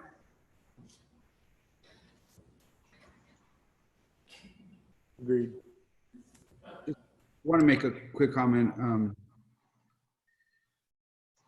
I think staff has already provided us the kind of the opportunity here. In your presentation a few weeks ago, you said, even looking at some of the SD1 dollars that we wanted to spend on the road improvements on 17th and other roads and stuff, and we only spent $200,000 out of the $700,000 that we had dedicated. Right there, we have $500,000 that we're not spending this year. I believe that our budget has room right now to make this investment. I know that this is not coming from future year's budget. I know you're putting together your next year's budget, but this year's budget, given the presentation you gave last time, you had reduced one-time type of expenditures to about between 20 and 30%. And that's not touching the current level of services. So based on my recollection on what staff had indicated, is that if we don't make those expenditures this year, and I don't see any proposals coming out of staff to say, let's go back and spend those $500,000 on our public works, because I think it pretty much has been put aside.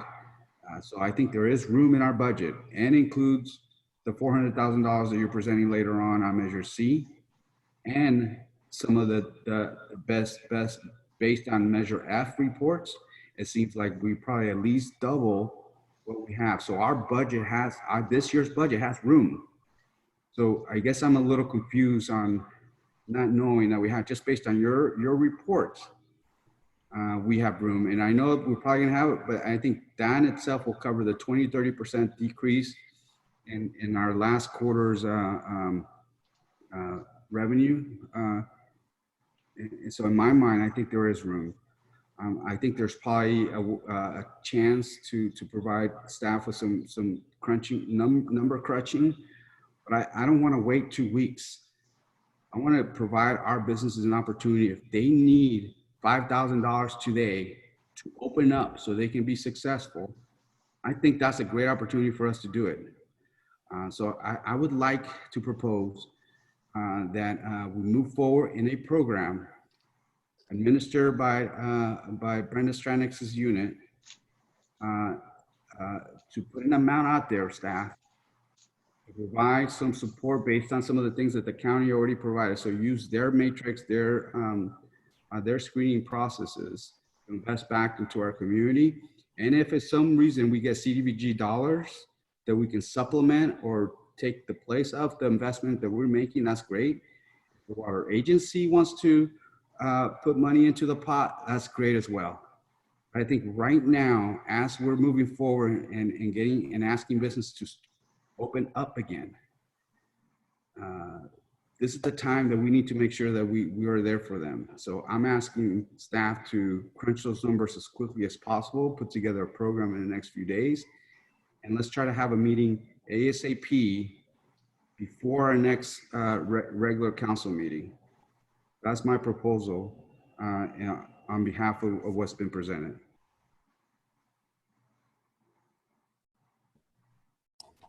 Thoughts from council members? The Vice Mayor has his hand up. You're not watching when I'm my hand up anyway. Vice Mayor, go ahead. I just want to say, I agree with you, Mr. Mayor. That's why I said, let's give staff a week, have an emergency meeting on Tuesday, make a decision to move forward. I agree with you, everybody needs the money now, as did we when we were lucky enough to get a PPP loan. My suggestion would be if we have to push the budget meeting out a week, and so it's not the 19th, but the following meeting, I would be okay with that and make this a priority to get looked into by next Tuesday.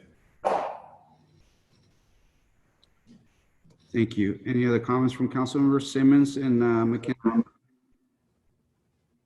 Well, like I said before, Mayor, I go along, I'm not going along. I just think that we have to do a tremendous amount of prudence in what we're doing here. And I totally agree. We need to help out the businesses. I have no problem with that. My problem is how we're going to do it without affecting the budget. And you threw out some numbers there and about this year's budget, but you have to realize a lot of that's going to be carried into next year. That's the idea, to help fund next year. So if we spend any residue we have, quote unquote, we're going to really be short next budget cycle. So I agree with what Bruce said. We got to be careful what we're doing here and making sure we're on a solid grounds. I think the EDC will sit there and they'll loan the money out to the best qualified people. We'll get an interest rate on that. They won't renege, if you will, for lack of a better word, on the note, and we'll move right along. But I just don't want to touch that reserve any more than we have to, and also save as much this fiscal year, which is almost up, to carry into the next year. So, because we're going to need it, guys. And I think 150,000, or like Brad said, 75,000, whatever we can afford to give to do this, then let's do it. So we're not giving and I'm sorry. We're not giving, we're investing back. Well, that was a misspoke word, and I said giving. We are giving, but we're charging them for the gift. So, but are we okay to having folks, the council, I need a thumbs up, at least from I think I got everyone okay to have staff move forward as soon as possible. And if we need to have an emergency meeting next Tuesday so we can move forward on this program, do I have a negative, or is everyone okay with that? I'm okay with next Tuesday as long as we don't wait too much longer. That's my thoughts. I guess my question is, what will they have to put aside to do this? Staff. What will have to be put aside that's important, like the budget, to do this? Well, it remains to be seen. I know Jonathan's working on the CPG application for CARES, which is due June 1st, and also working to refine the housing element funding and hoping that HCD will change their mind on how we can use SB2 funds, working on that as well. Those are the two big ones right now, right? Yeah, and then of course continuing with the RDA strategy that we just talked about. And so we do have interested developers who are in the wings, really wanting to move forward with some of those projects as quickly as possible. And some more work with the racetrack and Robert Myers and the racetrack project. Those are all moving very swiftly, so I don't know, we'll have to see how it impacts. I need to talk to staff and see what adjustments we will need to make in terms of staff time and scheduling, and maybe I will be coming back to the council and asking to take the council up on Vice Mayor, but I could always offer moving the budget meeting out an additional week, but on the spot, I can't answer right now, I'm sorry, whether or not we need to do that, so. I'll let you know. There was five thumbs up. So I think council is hoping that you'll work hard on getting us back as soon as possible. Understood. Thank you.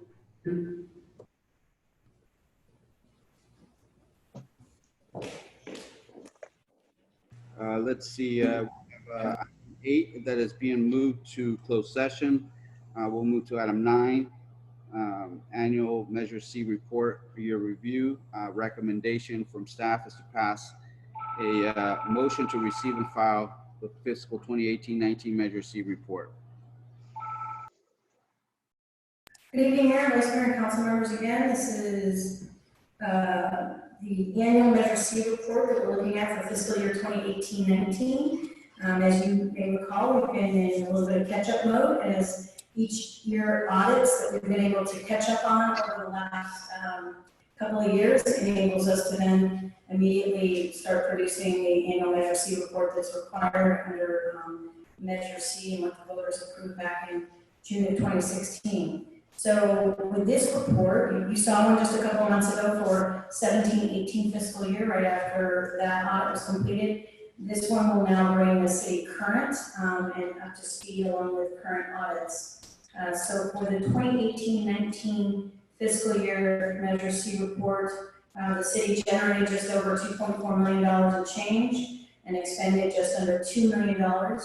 The remaining $490,000 from Measure C in 18-19 went into build the general fund reserves. If you look at table 1 in your staff report, you'll see a laundry list of items that were made possible by Measure C, including some capital improvement projects, some planning projects, several equipment and supplies for police and fire, and then also several staffing positions, including the 2 ongoing patrol officer positions, 3 firefighter positions, code enforcement, maintenance worker, fire inspector, animal control officer, just to name a few, as well as support services manager and police department that's over dispatch, records, and animal control.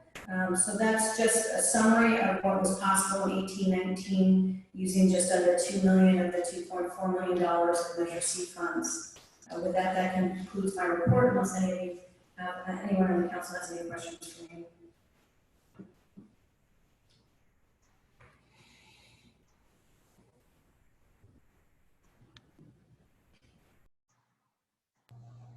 Thank you. Any questions for staff?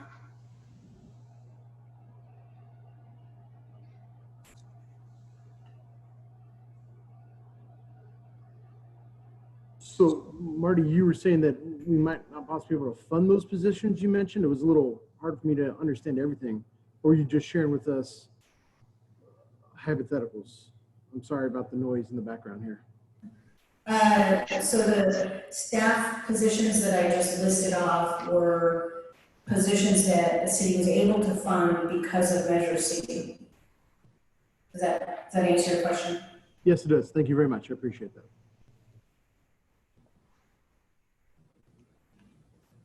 Any other questions?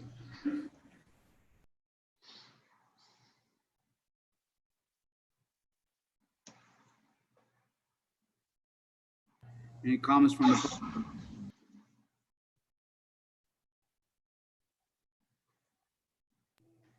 I see Ms. Rich Creek. Go ahead, Ms. Rich Creek.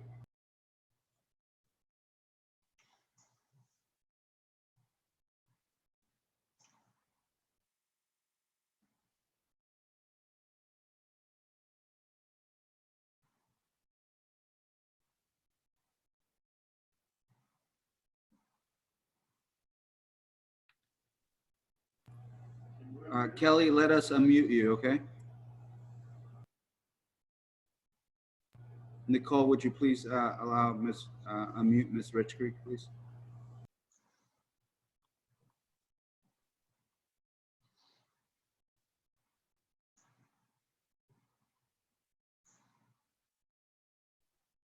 Okay, it would be nice to have a breakdown of that professional services and professional development cost of the 240,000 to see where our Measure C funds went for that. I know we can't do it tonight, but it would be, I would think we'd want to know that.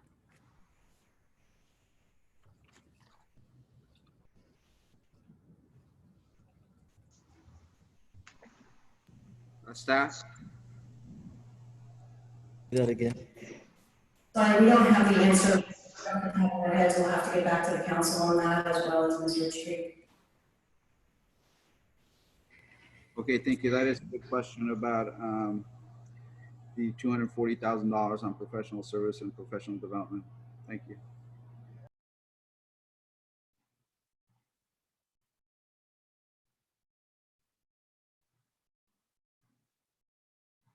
Seeing no other questions from the public, we're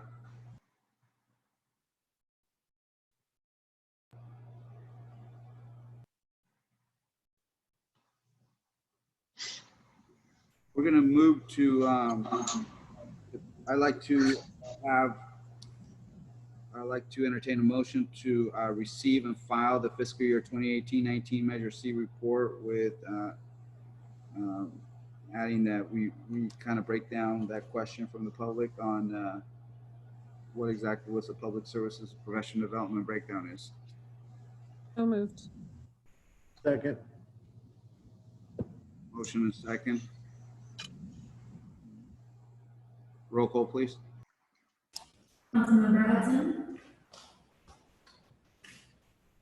Councilmember McKenzie. Aye. Councilmember Simmons. Aye. Vice Mayor Bettacaboli. Aye. Mayor Samayoa. Aye, thank you.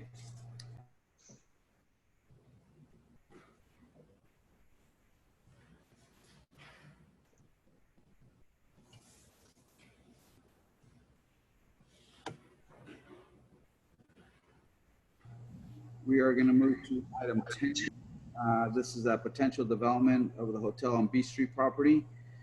This is initial feasibility study for the not to exceed the amount of $10,000. The recommendation is to pass a motion authorizing the city manager or her designee to enter into a contract agreement with PFK Hotel Express Group, also known as PKF, to develop an initial feasibility study for the potential development of a hotel on B Street property for not to exceed the amount of $10,000. This recommendation comes from our Community Development Director, Mr. Jonathan Wright. Mr. Mayor, before he starts, I'd like to ask for a 5-minute break. Absolutely. We'll take a 5-minute break and we'll come back at 8:15.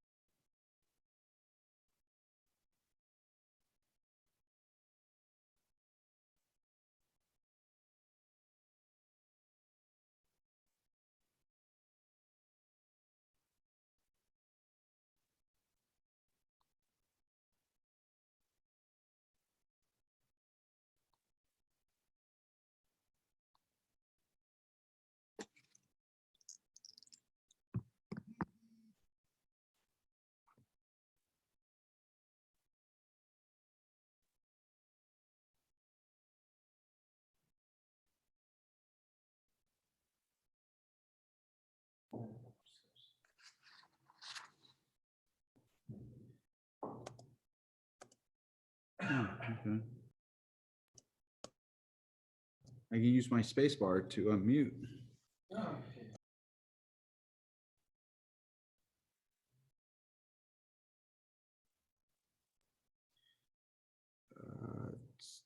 Do we have folks back?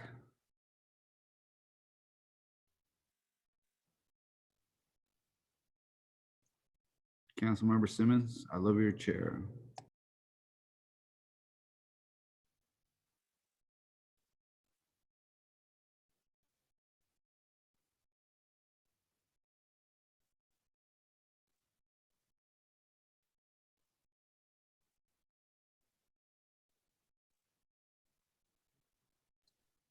Nicole, is our chamber back?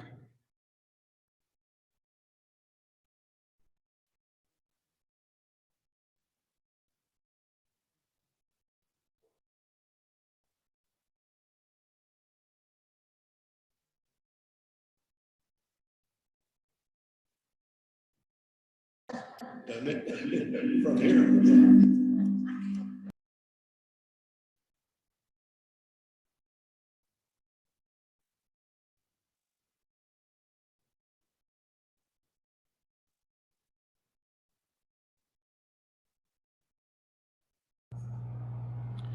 Councilmember Simmons, I really like your chair. Where'd you get that?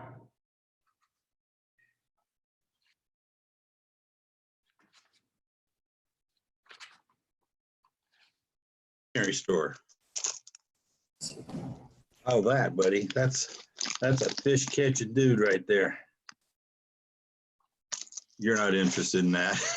Damn, you still need to take me fishing, Well, man. you know, if we could go, we would go. But I can, honest to God, I can't leave.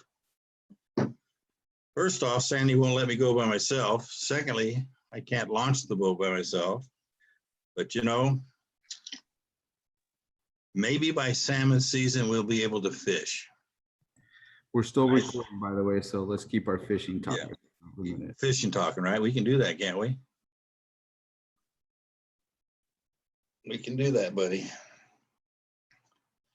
I know the guys did pretty good on stripers out there this year, the guys that fished it, that took the chance to go out. But I thought it would be horrible if I went out fishing and got wrote up a ticket. Here's a councilman.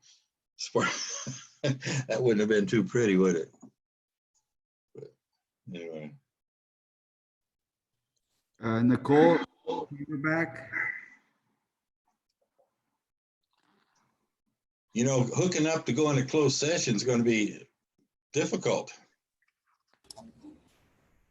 because we have to log out and log back in. Yes. Nicole, are you there?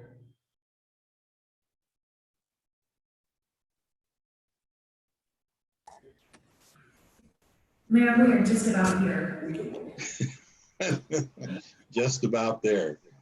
Just about. We're trying to dial in the audio issues we've been having troubles with. Getting rid of that. Councilmember McKenzie, are you there? Here. Yeah, I'm here. Councilmember Hudson, are you there? Yes. Let me find my picture.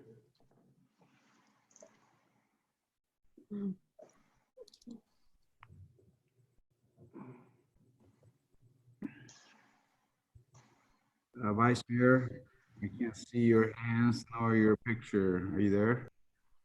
He's got a beard. Looks like Santa Claus. I think he's practicing to be Santa Claus.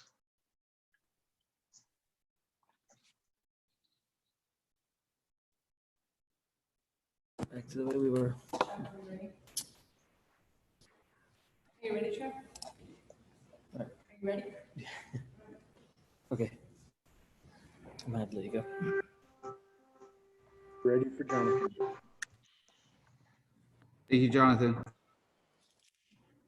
All right. We're back on. Good evening, Mayor, Vice Mayor, council members, Jonathan Wright, Community Development. This is follow-up from a previous meeting on February 18th regarding the B Street property. Everyone's aware of the location of the B Street property.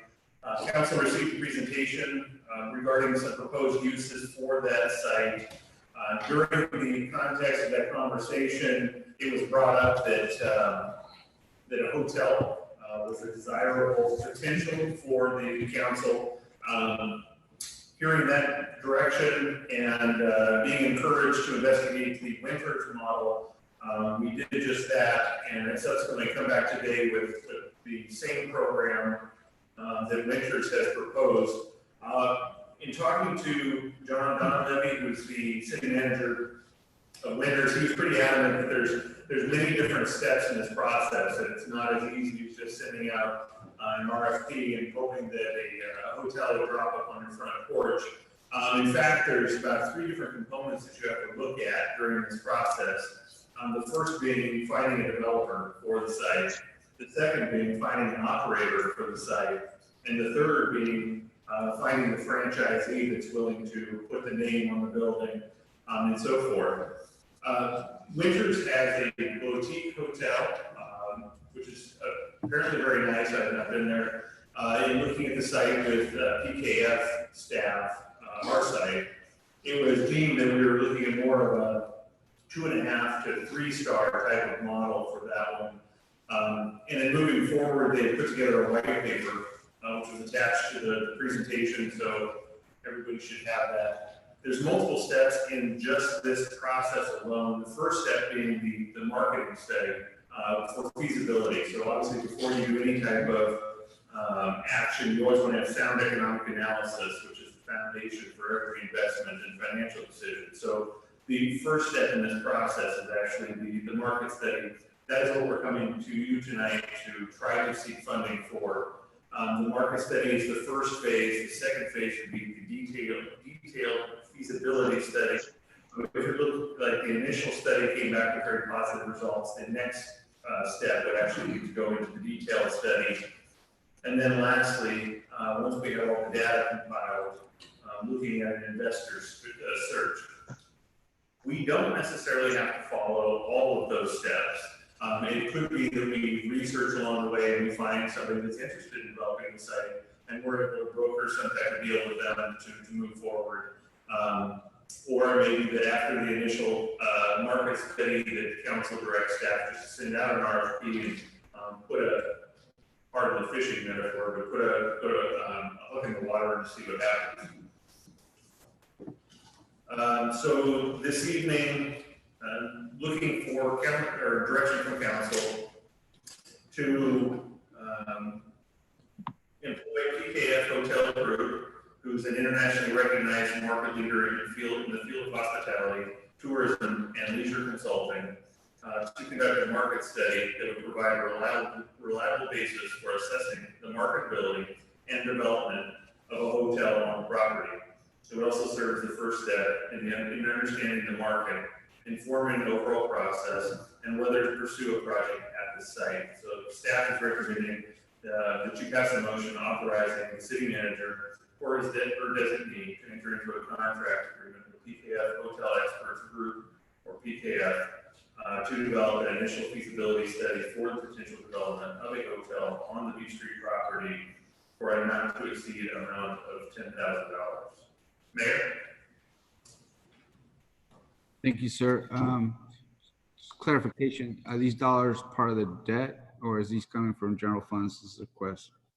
That's correct. It would be actually coming from the refinance of the bond, in which after this, we would still have $19,527 left for doing further analysis on the site.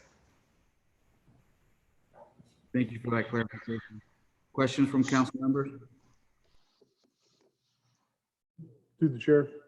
So PKF is that the same company we were dealing with last time, or is this a new company?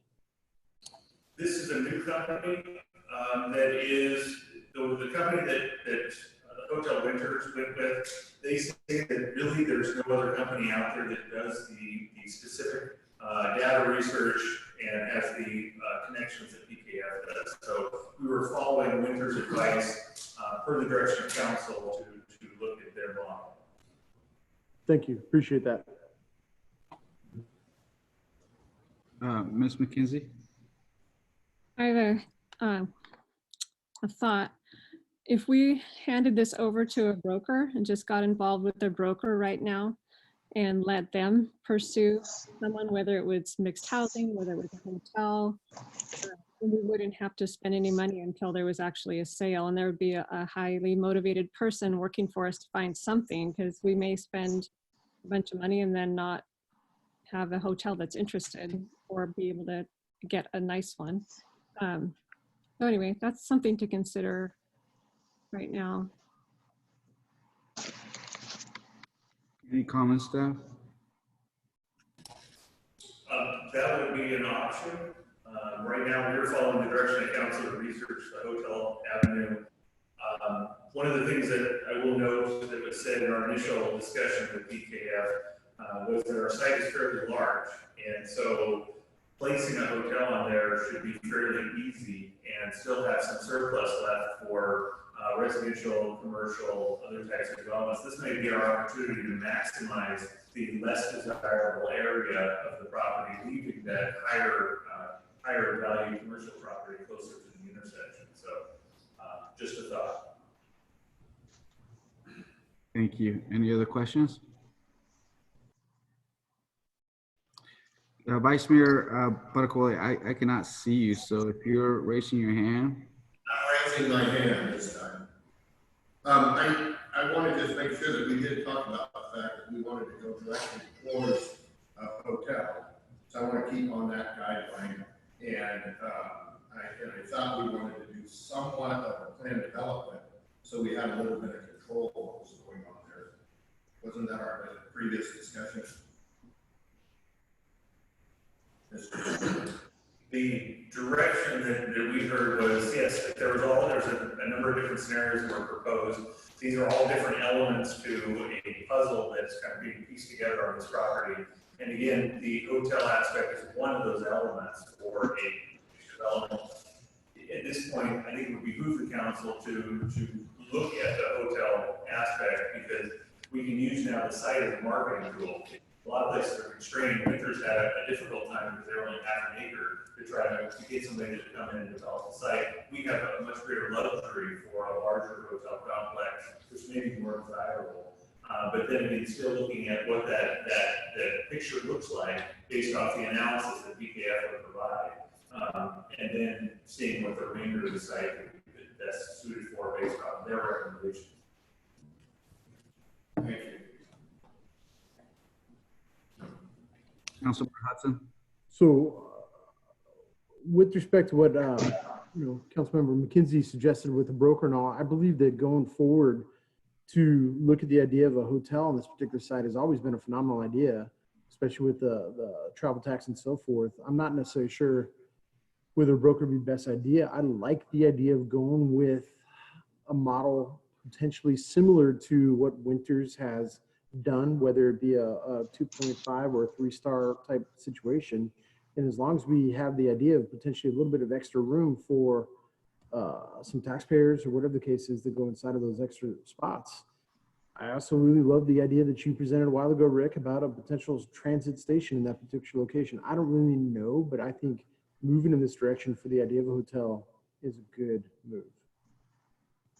Thank you. Thank you. We haven't heard from Councilmember Simmons. Is there anything you'd like to add? Oh, just I think that's a wonderful idea. If that's, and I hate to use the term pulled off, we get a hotel, that'd be the major thing we did in Marysville. You know, as you well remember, we were going to get one over on 5th Street, and they ended up not being able to do that because we couldn't come to an agreement with the owners of the property. But that was going to be the motel for Ride Out. And so now we can do this and make that penthouse on top, and Ride Out rent the top floors for their visitors, etc. That's a win-win.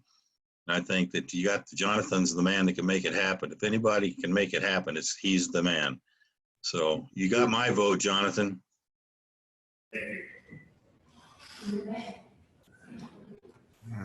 Any further comments from council members?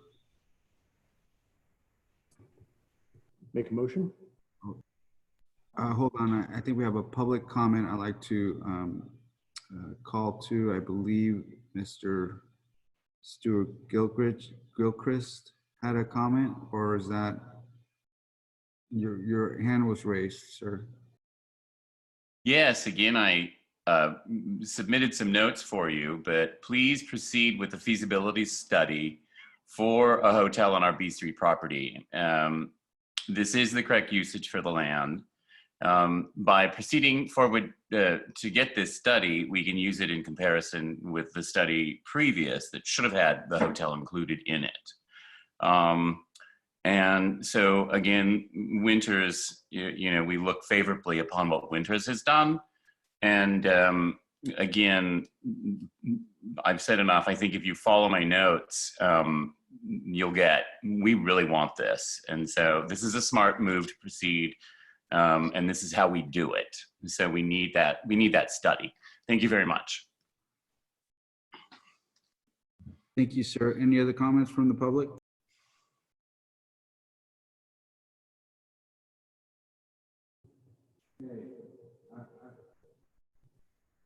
I don't see any other comments from the public. Let's move to I'd like to entertain a motion to move forward with the recommendation by staff. I make a motion. Second. I got the motion from Hudson. Who's the second? I'm sorry. Me. Bill. Second was by Councilmember Simmons. Roll call, please. Councilmember Hudson, Aye. Councilmember McKenzie, No. Councilmember Simmons, Aye, aye. Vice Mayor Beto Foley, Aye. and Mayor Sam Ayala. The vote moves forward with the vote of 4-1. Thank you.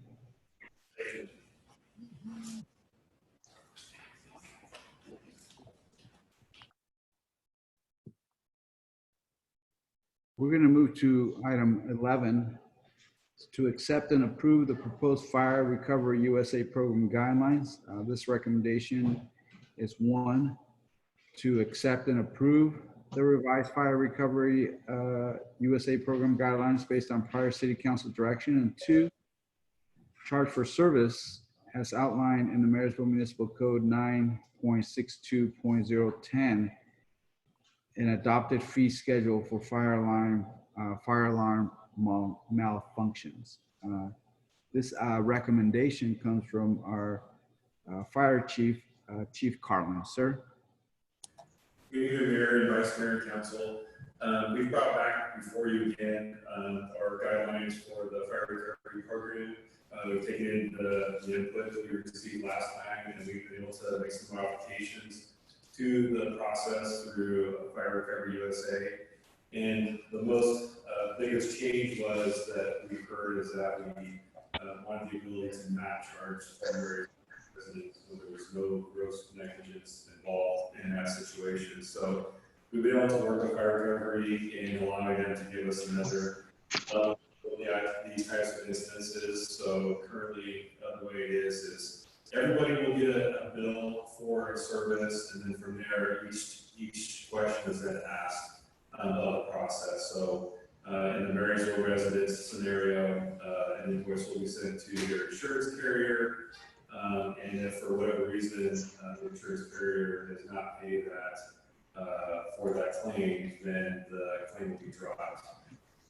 If there was gross negligence involved in that scenario, like listed on the document here, as far as arson, illegal burning, uncontrolled burning, DUI, accident result of a vehicle pursuit, accident without vehicle insurance or driver's license, illegal or criminal activity, then those would pursue a claim with the Marysville residents. Other than that, anybody that's an outside resident would get the invoice and the bill, and the expectation would be that they would pay it. And if they didn't pay it, then they could go all the way to the collections process if necessary. So that's where we are with the guidelines with the fire recovery program, and it might be best to break this up into different segments and talk about this component if you have questions relative to the fire recovery part. Any particular questions on this particular part of Chief Carlin's presentation?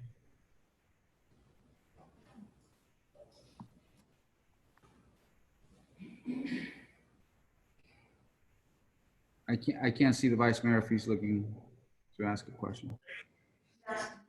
He's cool. We fed him food. I think he's cool. Okay, so seeing no questions, any comments from the public on the first part of the presentation?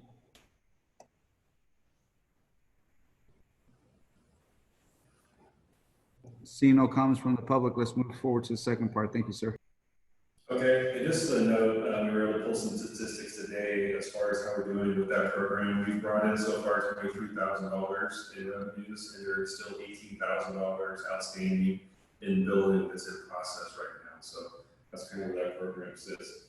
The other component of what we're asking for in guidance is to enforce what we have as far as municipal code action for medical aid responses and charges for service, and for fire alarm malfunction, which is our fee schedule. And currently, in doing statistical research and data, we have noticed in trying to find ways to reduce our call volumes. We have 80% of our calls being medical aids. We've located some addresses that are just constant calls of service that we go to. So we identified 3 of our care facilities for elderly apartment living residences. And here's some just examples of the calls we're going for there. So with Prestigious Living, Assisted Living on Harris Street in 2019, we went there 130 times for calls. This year, from January through April, we've been there already 40 times. So, you know, over a year's time, last year, in these 3 addresses, New Christian Manor and Marysville Post Acute, we responded to 226 calls for medical aids to those 3 addresses last year. And then already through the month of April, those 3 facilities have been there 94 times. So we're going to exceed last year's numbers quite a bit. So we need a mechanism to go out first and meet with these folks and see what we can do to try to reduce these calls for service. We recognize that 2 of these facilities for sure have medical assistants on site, either an RN or LPN or med tech folks that are on staff, and they still call 911. So what I'm hoping for is to be able to tell them that we would be enforcing our municipal code for EMS calls. They have options.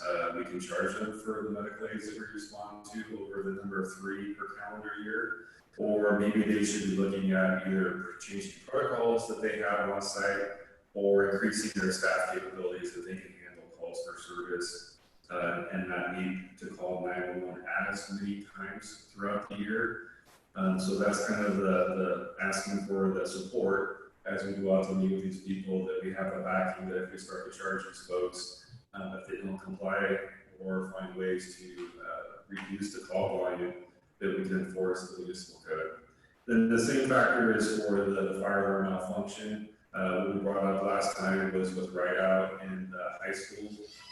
Were 2 examples of high call volumes that we've had in the past. Through our prevention program, we've been able to work with Rideout Hospital, and we've worked to reduce the number of calls that we get to Rideout. The high school being out has reduced their calls for service there because people aren't on site at the schools currently. But you know, when the time comes that those calls do come back up in numbers, we again want to go enforce what's there with the fee schedules to bill those folks for calls.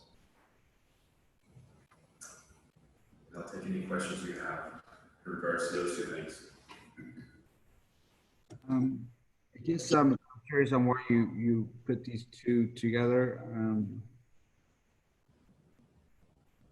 I guess they seem a little bit different in my mind. I can support the first one. The second one, I'm having a hard time figuring out how do we make that happen with, you know, communicating with the entities, assuring that they have the higher level services. I don't know. I guess I didn't get much of a description on your memo as well on the limits and the type of charge. I mean, I'm just looking at your memo and I don't see an actual indication of what it would mean to them if they continue making similar calls. What would be the cost to them based on your new set of guidelines or regulations? So we would use the schedule that we have. So the municipal code says that after the third call for service at an address for medical aid, they will be charged for services after that during the current calendar year. So as far as the fee goes, it would just be our fee schedule that we charge for, you know, staff time and apparatus response equipment. That's what the charges would be for those kind of calls. So that's an X amount times 900 calls. That'd be a dollar amount times the number of calls that exceeded the 3 calls for service for that calendar year. Given your history, that could be, how many did you say? I thought I heard like 900 something calls. Well, for the 3 residences that we just looked at as a high number, call volume wise, was 226 calls just with 3 addresses. Okay, thank you. But I guess the one address is the senior center on Ramirez. Is that? I'm sorry. I guess I don't have a map of the locations. Yeah, Marysville posted queues on Ramirez. That one has, you know, the smaller numbers, but the larger numbers are both with Buttes Christian Manor and with the Prestige Assisted Living. Prestige had the highest number of calls of those 3 addresses. Okay, thank you for that clarification. Comments from, questions or comments from council members?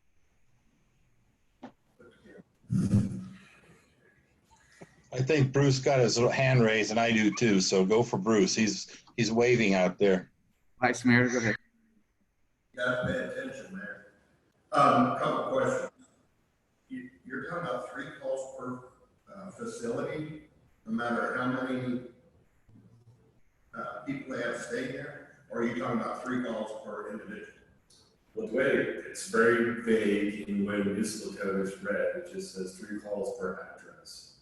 Okay, I'm just telling you, I'm gonna have a tough time supporting this if we're gonna make just 3 calls. And when you're talking about this, you're not talking necessarily false alarm calls, you're talking about any kind of call, even if it's a, I don't know what the right term would be, if it's needed when you get there.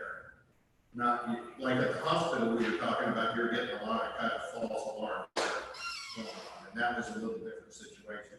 But with these manners that you're talking about, are you talking about you actually have life-saving calls, and you're having as many as you're saying? Those are the number of EMS calls we're dispatched to those addresses for, just for EMS, not for smoke alarms or any help getting to my residence, or, you know, I smell gas. It's just for strictly EMS medical aid calls. That's the only numbers we pulled for those addresses. Well, I'm having a real tough time with that. We're going to give any individual 3 times, which I believe they should have. And now we're going to give a whole facility that could have 100 people. I don't know what this facility is called. And we're going to give them 3 for the whole thing. You know, again, we got to go back to our discussion we had before, or at least I had. And that is that they're tax-paying people. They're paying for the services now. And a little different than when we go to the fire side, where we could be looking at a lot of, illegal situations where we should be holding them responsible. What's Rick currently trying to think of? But we're able to do it there because of negligence on their part. Here, we're talking about safety of people, and it's not negligence unless it's false alarms or false calls that you're getting. You know, if you get a repeated person that has a heart attack every day, I get that. But I think for the sake of serving our community, this is a little rough for me. Well, the calls are all over the board. I mean, we have, you know, people that call regularly. I want to go to the hospital. I just don't feel well. I'm lonely. One occasion was, hey, your century here can make us coffee. So there's a variety of things we can call for. Some people just chronicle medical problems, and we don't get to judge, during the call. We go and we support the needs that they have. But, our goal has been is, we can't hire more firefighters right now, so we're looking at ways to try and reduce the amount of call lines. But when we talk about some of the assisted living where they have LVNs or nurses on site, and the reason they're calling us because they have protocols in place that say, well, we don't have the authority to lift those people up back into bed, or everybody has to go to the hospital. Well, those just aren't really necessary, legitimate 911 calls that should. And I've experienced this where I came from before, where a facility was just, because of their protocols, was putting the burden on the fire department. Therefore, our workload went up. When we go to I don't feel a little call, and then somebody is having a heart attack, we know we can't get there because we only have one engine staff. So we're trying to find ways to, work with the facilities, meet with them, and explain to them, like, you're overburdening us with this number of calls, which is really extreme. I mean, I'll just be honest, that's a large number of calls to go to one address 103 times a year. Is a lot. And so we need a mechanism to be able to get their attention. And if we just walk in and say, please fix something, we have no teeth to get them to change their ways at all. But if we go in and say, hey, we do have a municipal code and we are going to follow it, then we'll have more attention of them to say, okay, what can we do to mitigate this? The other recommendation would be is just change the municipal code, change the language so that we don't have to worry about violating what's currently there. That's another option. Well, I agree with you on the fact that we've got to do something, whether it's education or some way to grab their attention, which obviously finds grab their attention. But I think, how many residents do these places have? Oh, I'm sorry. How many residents do these places have? They vary. They have different. I mean, are they in the hundreds or are they in the 30 to 100? Buttes probably has 60 to 100 people living It's there. probably the biggest. Yeah, it's the 5 or 6 story building. So they probably both house the most. They don't have assisted living staff there.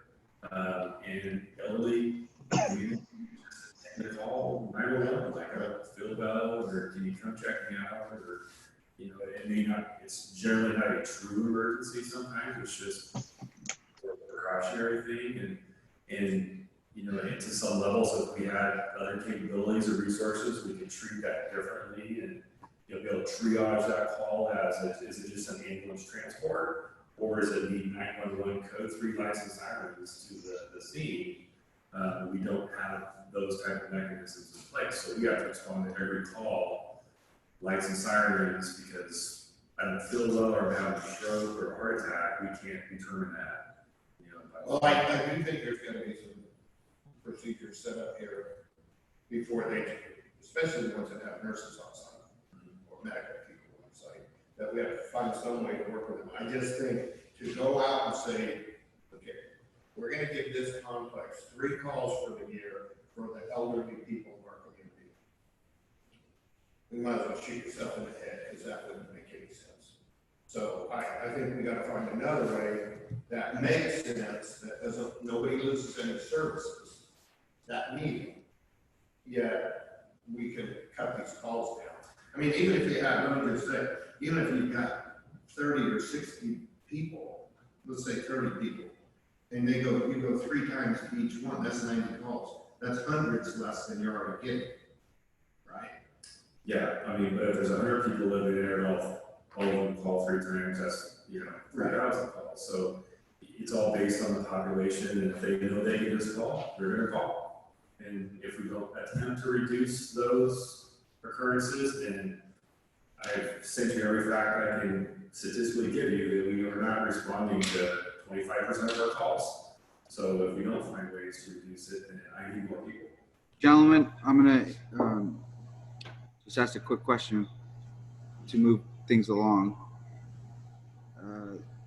is the bill being made to the individual resident or is it to the business itself?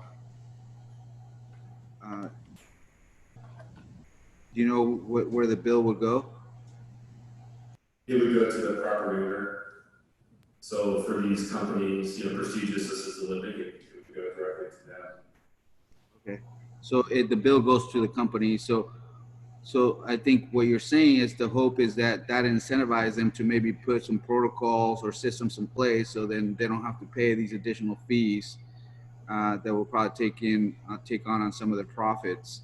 Is that the idea? It's not necessarily, we're not punishing the individual. We're still going to make those calls. But the hope is that we at least have some type of leverage to get these folks to maybe put down some additional resources or additional protocols to maybe support their clients and not having to call our resources. Is that what you're thinking, or is it? I mean, in my mind, it seems to me like what's the incentive for the company to continue calling right now is nothing if we don't somehow have some teeth. But at the same time, I think the example with the hospital is that we have some communication with these folks that they'd be willing to at least consider. But I think what the chief is asking, and I may be wrong, is that we have some teeth so then we can move these companies to maybe add some additional resources or protocols, so then our resources aren't, put in a position where they have to make a choice between that call or some other call somewhere else. Chief, I'm going to ask you to maybe respond to that, and then I'll ask Bill Simmons to make a question. Yeah, I think he's some of that is looking for. I mean, the anomaly here is, comparison. East Christian Manor doesn't have, support staff on hand as does prestigious assisted living, which is a business, and they make revenue. So exactly what you were saying is we have to be able to get someone's attention.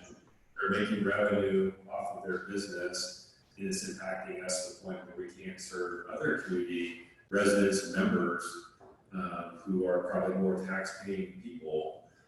So we're just looking to have the support of what the municipal code says, so that we can go out and have these conversations with these folks. We have a mechanism to say, we can give you some time, we want to work with you, but at the end of the day, at some point, we're going to have to start enforcing, charging for calls for service, or seeing how you up your staff levels to accommodate some of this need and take some of that impact off of us. So again, the call will be made as long as we continue having the resources that we have. I mean, we're going to make that emergency. We can meet that call. But because of the limited amount of resources that we have, what you identify is that we're using a significant amount of our resources in 3 particular addresses. And if we somehow can get them to move forward and maybe identify different protocols on how emergency calls are made, or they can put additional resources to support the residents in a way that they don't have to make these calls, that would alleviate the need for us to be able to respond to every single call, and maybe lower some of those calls, and then have those resources available for something else. Yeah, that would be the goal, because they do have the ability to call for ambulance transport solely without the 911 activation. So when you have an RN and LVN on scene with those patients, in most cases, it's not CPR, it's not a cardiac arrest, it's just they don't feel well. They should have the capability to call for an ambulance transport directly without calling 911. That's just a protocol thing that we need to convince them that that's possible to do. We've already demonstrated that we're on a medical aid, and then we have a structure fire, and we get no support on a structure fire like we do with the medical aid with Wright County ambulance responding. So, again, lack of resources and the abundance of call volumes, especially to some of these addresses, it's taxing us. Mr. Mayor, let me go ahead. Just a couple Go ahead, Vice Mayor. Thanks. I don't think I understood at the beginning here that you were talking about building the facility or the company. You're not talking about building the individual. Am I correct with that? Yeah, on these particular situations with these care homes. Yeah, the care homes would be a bill to them. That's what I would see. It's their business, it's their premises. That's a whole different idea than where I was going with billing the individual. Especially I know these people are for-profit companies. So I think we do need to do something there, and I would be able to support that. I would be a little concerned if they pass that on to their clients, although I don't know that we would have much control over that point. If they pass that on, or does the insurance, is there any insurance in this that, like the vehicle insurance, is there any insurance and medical insurance that covers some of this cost? That would be depending on each person's insurance carrier. It's not something that fire recovery is interested in all of trying to support because it's very difficult. That's probably all Medicare. Yeah, and the payoff is very little. There's not much there. So that'd be on the back end of the person. All right, thank you. Thank you. Thank you for that clarification. Let's move to Councilmember Simmons. Yes, thank you, Mayor. You have to realize too, guys, that there's medical staff on staffing of that rest homes. They have medical staff there. They have nurses and CNAs. So the emergency, we don't transport. The only thing we do is go there and see if we can feed them some oxygen and check them out till the ambulance gets there. And I think it's just a redundant call for our fire department to go to a rest home that's medically staffed to wait for the ambulance to come. So that's something I think, and I'm the one that brought up that 3 trips a year. And I think that was written for residential, not taking consideration that we have industries that are medically staffed. And that's probably why that wasn't written in there. I look at my colleague up there who was a fireman. He knows exactly what we're talking about. And I go by there often and I see the ambulance there and I see our fire truck there. The ambulance is transporting. We don't transport. So I guess we have to sit down as a city council and help the chief come up with a solution that we don't take our truck over there and beat it up on the roads and cause maintenance on these vehicles to run back and forth to that rest home when the ambulance is on its way and they have a medical staff on board. Consideration. I'll just throw that out there. Isn't that right, Brad? Go ahead. So with respect to what you're saying, Bill, and understand what the chief's trying to say, I mean, there are times where potentially the fire department is not necessarily needed at a rest home per se, but if it's a code call where they're doing CPR, extra personnel are needed. That all stems back to the way that the call is received through dispatch. Now, I don't think we necessarily need to micromanage how the chief wants to run his department of this per se. I mean, there are variables inside of that. Is the fire department always needed for a lift assist? Possibly sometimes. Is they needed for CPR? Yes. Are they needed for everything?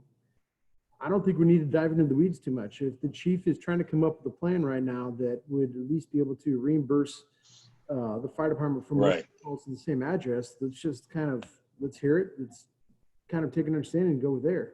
I mean, there are lots of calls that are done to the same addresses on a regular basis, hence why the ordinance was made so many decades ago. In regards to the hospital, they had lots of mechanical problems for a long time with their alarm systems. In regards to the care homes, those are problematic. You know, it's one of those things, and the chief is trying to figure out how to do fire recovery for this. So every situation is determined by the situation discovered through dispatch and what the fighters discover upon arrival. It varies. So is there a middle ground where we can separate these type of facilities versus a residence? Have a limit for some of these institutions versus residences in our code, and then maybe also at the same time put pressure on these institutions, Chief? Absolutely. I think the code needs a rewrite, to be honest, and it needs more clarification, so it could separate some of this stuff out. But I do think we need to have at least, some teeth to go into these facilities and say, hey, we're just coming here too much. We need to figure out options to reduce these call volumes. The Buttes Christian area will be a tougher one because they are just an apartment complex. versus the other, assisted living facilities. But if we don't start somewhere, then we're not going to change the curve. And as you can see already in the first quarter, we're already at 94 calls. And so it's going to go past the 226 we had last year.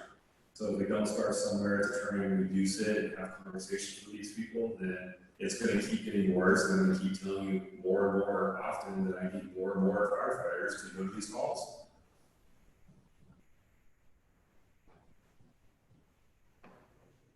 I mean, so through the chair, in regards to what I think Chief's trying to say is the fact that there are some addresses that tend to abuse the fact that the fire department is supposed to go out there and lift and assist. I mean, I do remember there was a time that I went to a particular address, 4 times in a week just to put the gentleman back in his chair because he slipped out and the wife was unable to pick him up. So with our broad ordinance, the way we have it set, go with what the chief is recommending at this time. Unless we change the ordinance and we get into the minutia of it, I mean, are we prepared to do that right now? Or are we just prepared to make a decision on the way the ordinance is currently written? I think is what we need to kind of decide right now. I support what the chief is trying to do in regards to, getting a little bit of reimbursement through fire recovery for multiple trips to the same address for the same type of call over and over and over, whether it be life-threatening or not. Again, on a bigger picture, things could be triaged through a dispatch if we had a dispatch that was able to do it. But right now we've got an adequate dispatch for what we got going, but it could be better. And that is part of another problem. Right now, with the tools that we have and everything that is currently in play, what the chief is proposing is appropriate.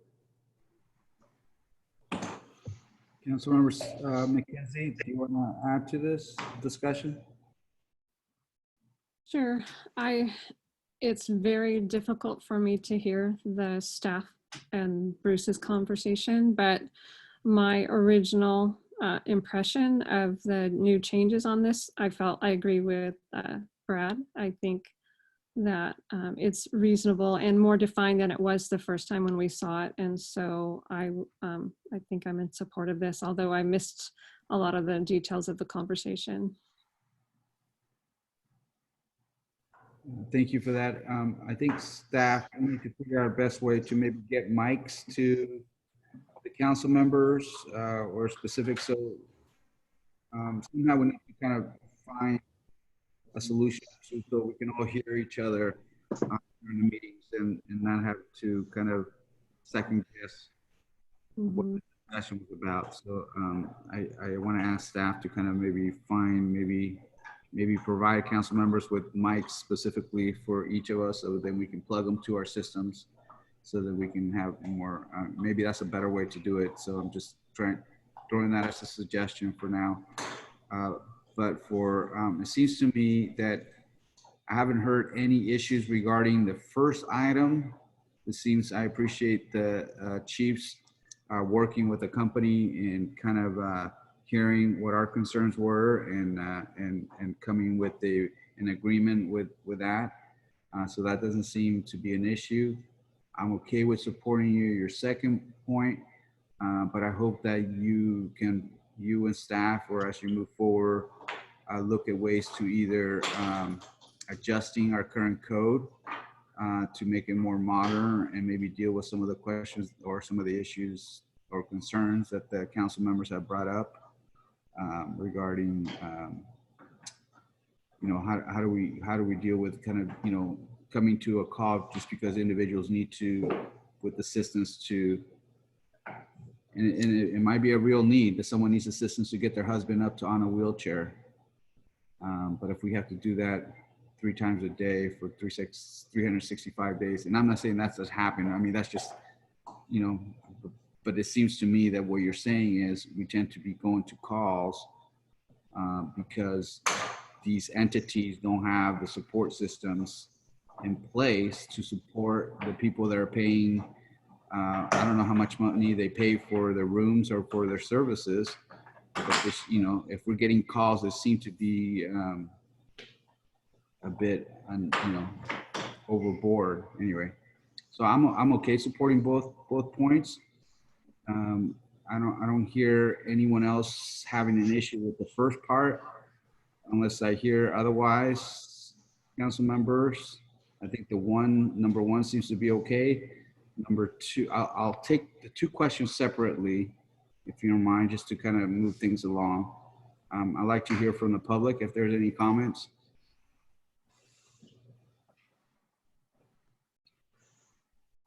I don't see any being raised from the public. Effort to move this forward. I believe that we can move forward with the first motion to accept and approve the proposal, revise the fire recovery U.S. program guidelines based on prior city council directions as discussed by the chief. Is there a motion on that? I move. Motion seconds by Hudson. Roll call, please. Councilmember Hudson. Was that me? Aye. Councilmember Hudson. Aye. Councilmember McKenzie. Aye. Councilmember Simmons. Aye. Vice Mayor Bettavoli. Aye. And Mayor Samayoa. Aye. The second question to us, I'd like to entertain a motion to charge for services as outlined in the Marysville Municipal Code 9.62.10 and adopt the fee schedule for fire alarm malfunctions. Is there a motion on that? So moved. Second. Motion by Simmons, second by Hudson. Roll call, please. Excuse me, discussion, please, Mr. Mayor. Absolutely. Sorry about that. Go ahead, sir. I think we should go back to the code and revamp the code. We need to make this work a little smoother, because I have one of the questions I'd like you to try to answer is, I'm guessing on your regular calls to regular people outside of the facilities, I think the facilities have to be responsible for that. Outside of the facilities, when you get your regular customers, so to speak, if you were to find them, or they were to be billed, maybe billed instead of the time, how many would even be able to be collected? I don't have that data. We didn't really target like residential houses because generally 3 might be a number, could be 6. We don't get too worried about a 6 number, especially when we're looking at 130 number. So you're not only asking for approval for resident, you're looking for a broad coverage here, right? But I think for residents and for care homes. The way I see it gives me the flexibility to evaluate a problem and then be able to use that tool based on the depth of the problem. I'm not interested in going to search out every house that maybe got filled from the clinic scenario. We have the staff to get that data, but we do have some identified targets we would like to try to work with and to do that. So we're not really trying to look for another revenue stream. We're just looking for support to be able to say, hey, we have a code and we'll enforce it. If they say, yeah, whatever, and I can't enforce it, then we look kind of not professional. So I just want the support to know if we need to go after someone, that we'll have the support to go build those folks that get their attention. Okay.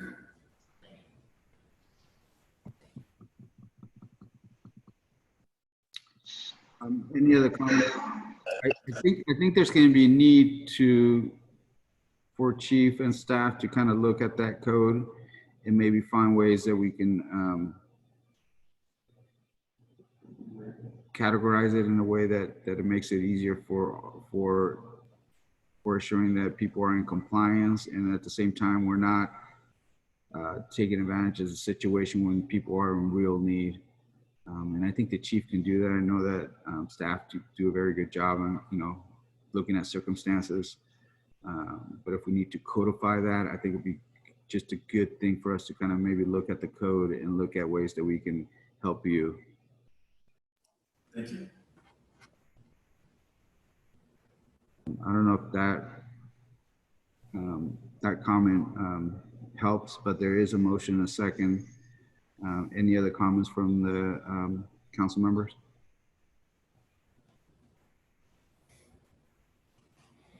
Seeing none. Roll call, please. Councilmember Hudson. Aye.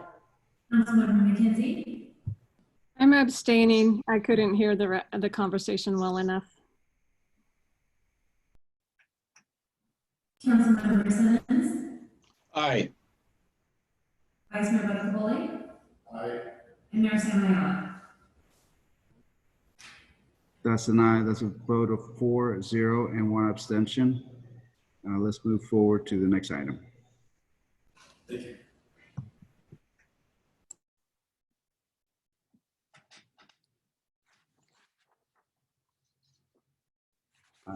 Any committee reports?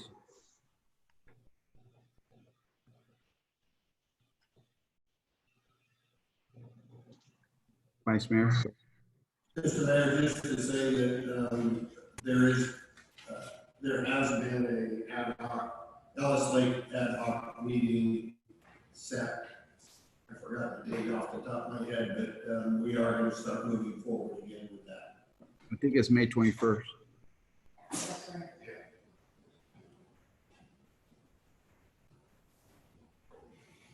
Thank you for that update. Any other committee reports? Seeing none, any council correspondence? Yes, Mayor, each of you have received electronic copies of the letters that the city has received to reopen local businesses, as well as a letter from the American Cancer Society on teen tobacco use. Thank you. Ms. Brown, is there a city manager's report? I have a report. I think that was a report. No. Okay. So let's adjourn to closed session. This meeting will have a separate Zoom meeting login for council and appropriate city staff only. Public comments on closed session items. If you have any comments for closed session items, we ask you to please raise your hand. And any comments on closed session items from the public? Mayor, I'm sorry, before we go into closed session comments, just a quick note that after closed session, the city council will leave council chambers and the meeting will be adjourned by operation of law due to lack of a quorum. If there are any reportable closed session actions, the report will be made at the beginning of the next regular council meeting. I ask that after the closed session item descriptions are read by the mayor, that all members of council, applicable consultants, and staff join the closed session meetings, which were previously emailed to you.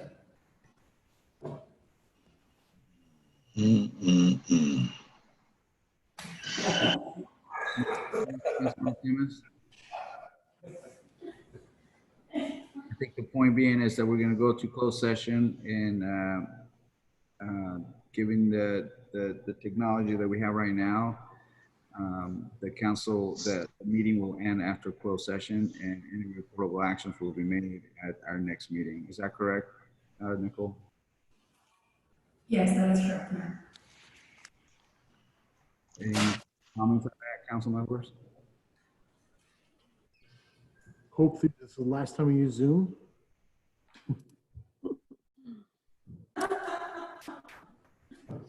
Just tell Nicole to stand by to help us lock onto this other deal, man. I'll tell you, that thing's about that long. That thing meaning the log on. I'm not a technologically advanced individual, but I'm managing, Bill. You can do it. Well, you can help me. Senior citizen privilege.